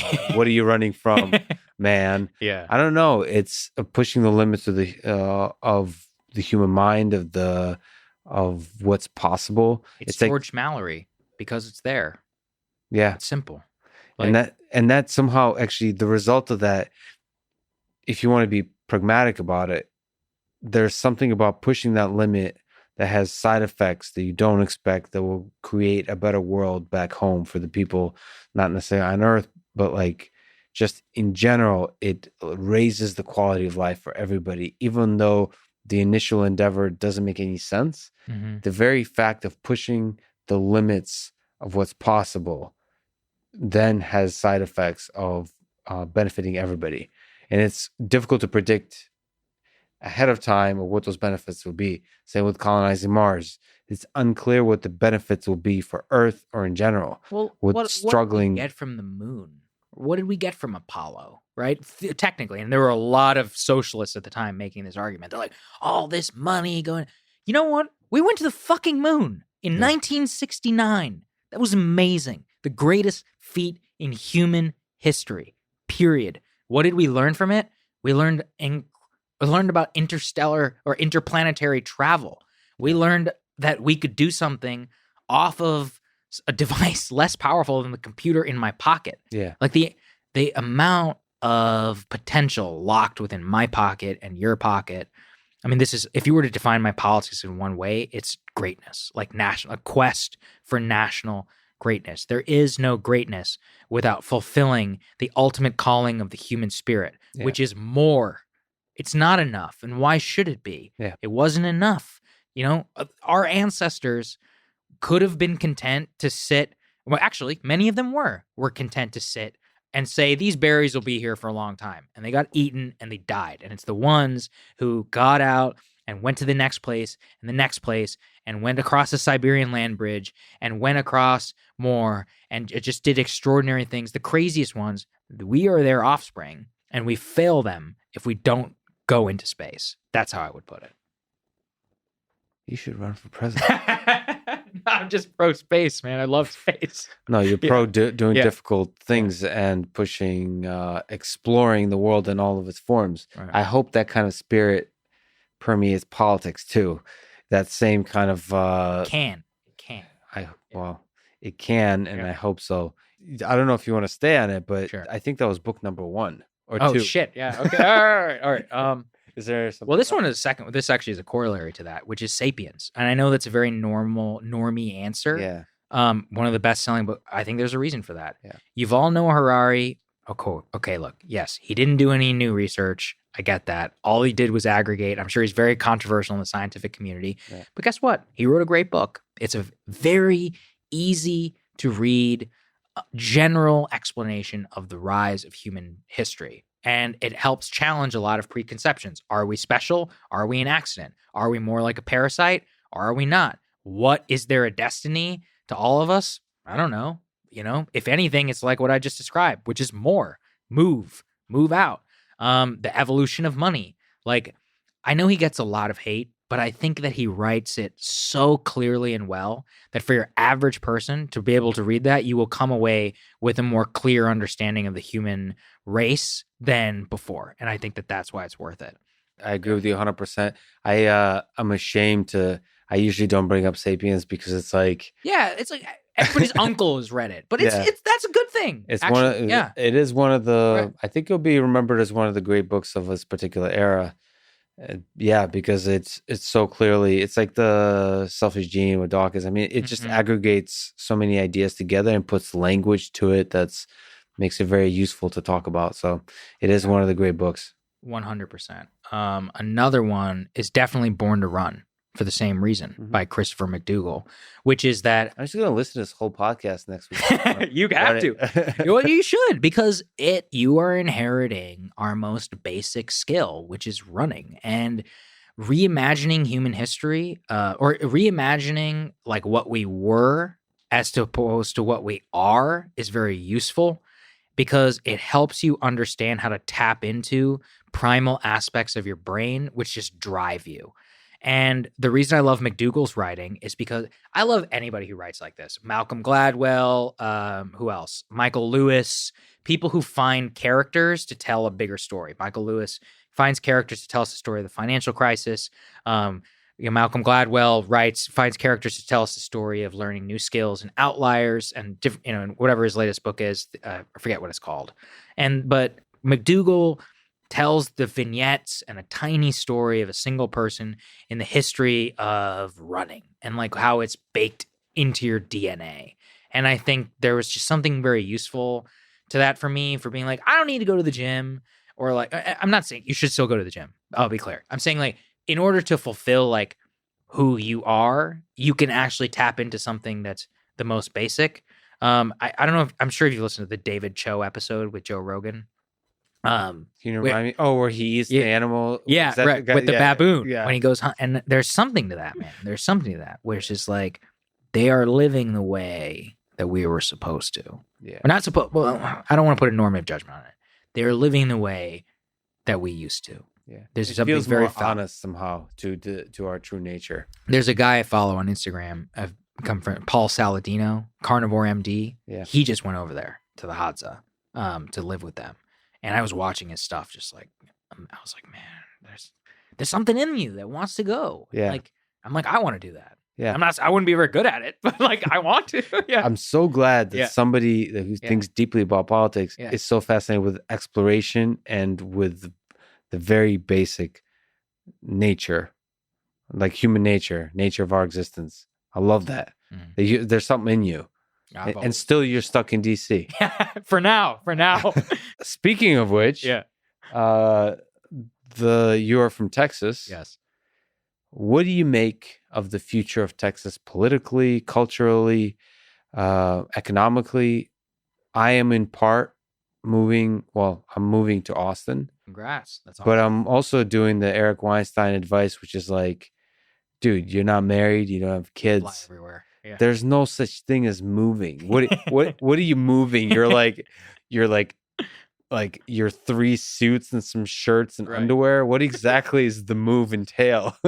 So I have nothing. So I'm basically, it's very just remain mobile, but there's a promise, there's a hope to Austin outside of, my outside of just like friendships. I have it's a very different culture that Joe Rogan is creating. I'm mostly interested in what the next Silicon Valley will be, what the next hub of technological innovation. And there's a promise, maybe a dream for Austin being that next place. It's that very possible. Doesn't have the baggage of some of the political things, maybe some of the sort of things that hold back the beauty of that makes capitalism, that makes innovation so powerful, which is like meritocracy, which is excellence. Diversity is exceptionally important, but not. It should not be the only priority. It has to be something that it coexists with a like insatiable drive towards excellence. And it seems like Texas is a nice place, like having a Austin, which is like a kind of this weird. I hope it stays weird, man. I love weird people. I don't know about that, but we can get into it. But there's this hope is it remains this weird place of brilliant innovation amidst a state that's like more conservative. So like there's a nice balance of everything. What are your thoughts about the future of Texas? I think it's so fascinating to me because I never thought I would want to move back, but now I'm beginning to be convinced. So you hear that, Joe? I'm going to send you this clip. I'm being honest, and many Texans will hate me for this. Texas was not a place that was kind to me, quote unquote. And this is because of my own parent. Look, I was raised in College Station, Texas, which is a town of 50,000. It's a university town. It exists only for the university. So it was I did not get the full Texas experience. This is purely speaking from a College Station experience. But growing up, first generation, or I forget what it is, whatever. I'm the first American. I was born and raised in College Station. My parents are from India. Being raised in a town where the dominant culture was predominantly like white evangelical Christian was hard. Like it was just difficult. And I think of it there in the beginning, I would say like ages like 0 to like 8, it was like cultural ignorance, as in like they just don't know how to interact with you. And there was a level of there was like the evangelical kind of antipathy towards like you being not Christian. My parents are Hindu, like that's how I was raised. And so like there was that. But 9/11 was very difficult. Like 9/11 happened when I was in 3rd or 4th grade, and that changed everything, man. Like, I mean, our temple had to like print out t-shirts. And I'm not saying this is a sob story, to be clear. I've still actually largely for my adult life identified on the political right. So don't take this as some like, race manifesto. I'm just telling it like this is what happened, which is that like it was just hard to be brown, frankly, and to have some of the fallout from 9/11 and during Iraq. And the reason I am political is because I realize in myself I have a strong rebellious nature against systems and structures of power. And the first people I ever rebelled against were all of the people telling me to shut up and not question the Iraq War. So the reason I am in politics is because I hated George W. Bush with a passion, and I hated the war. And I was my entire background is largely in national security for this reason, which is I was obsessed with the idea of like, how do we get people who are not going to get us into these quagmire situations in positions of power? That's how I became fascinated by power in the first place, was all a question of how do this happen? Like, how did this catastrophe happen? I realize it's not as bad as like, previous conflicts, but this one was mine.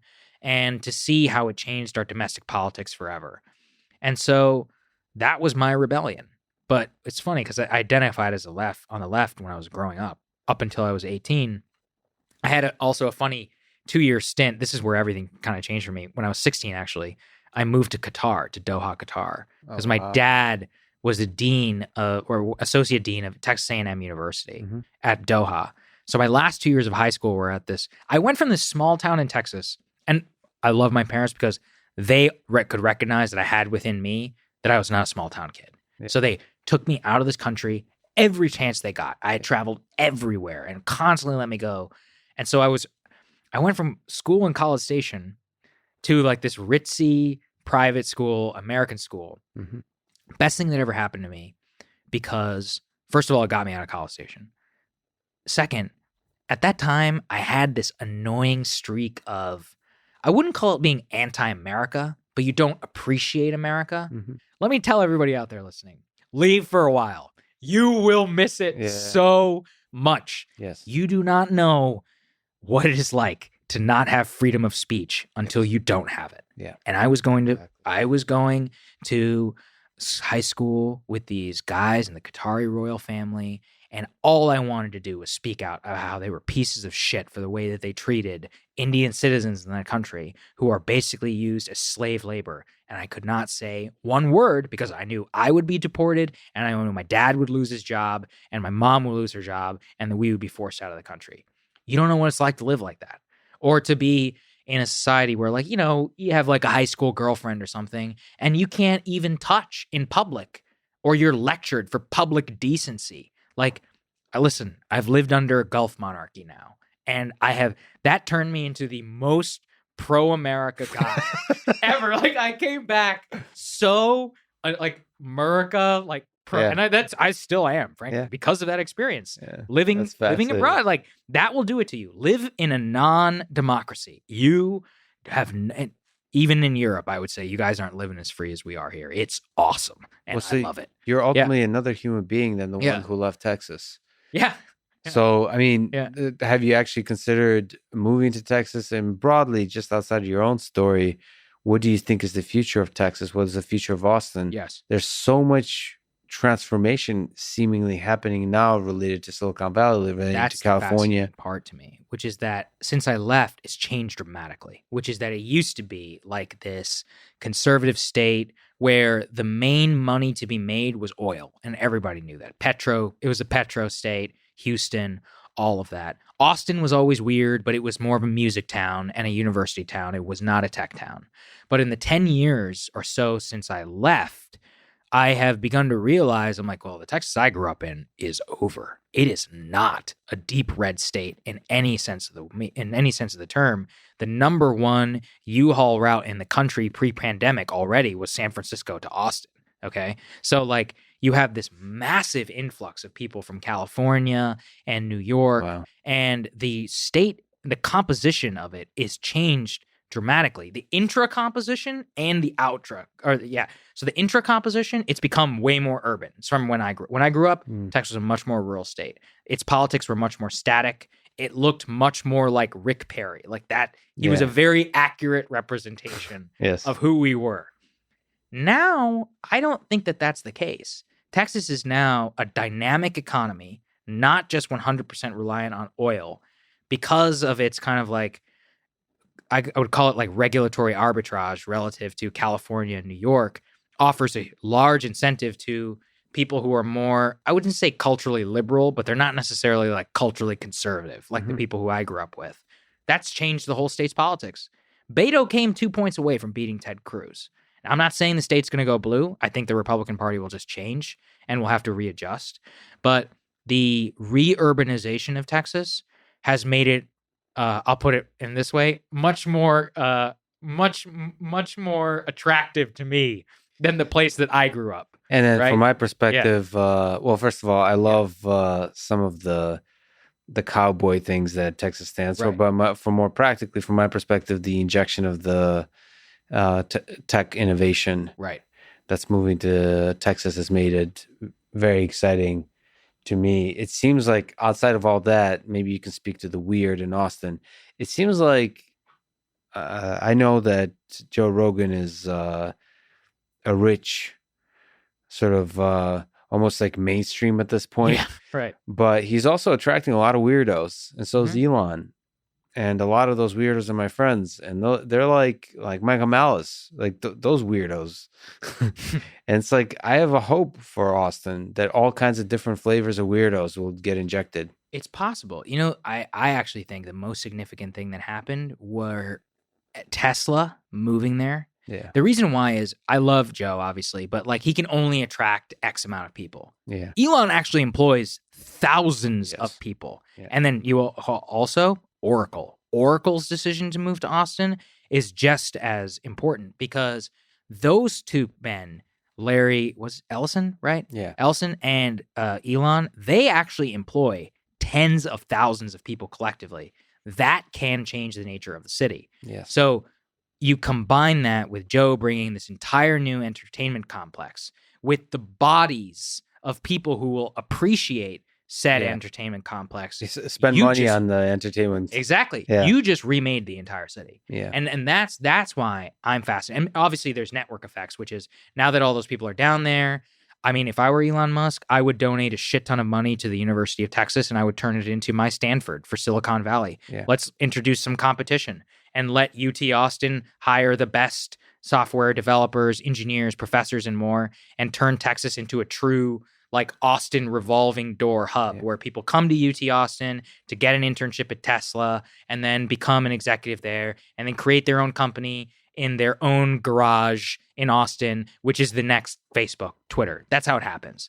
This is why I'm much more skeptical of Miami. There's a whole like tech Miami crew. I'm like, yeah, like there's no university. It's very inorganic. Look, I think Miami's awesome. I just like, I don't know if the same building blocks are there. And also no multi-billion-dollar companies which employ thousands of people are coming there. That's the ingredient. It's not just Joe Rogan. It's not just even Elon Musk if he still operated in California.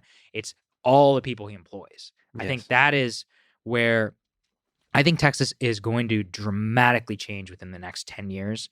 Alternative to it's already become a more urbanized state that's moved away from oil and gas in terms of like its emphasis, not necessarily in terms of its real economics. And 10 years from now, I don't think it will be necessarily the name prop like of the town. The only question to me is how that manifests politically, because it's very possible, though, because a lot of these workers themselves are California culturally liberal.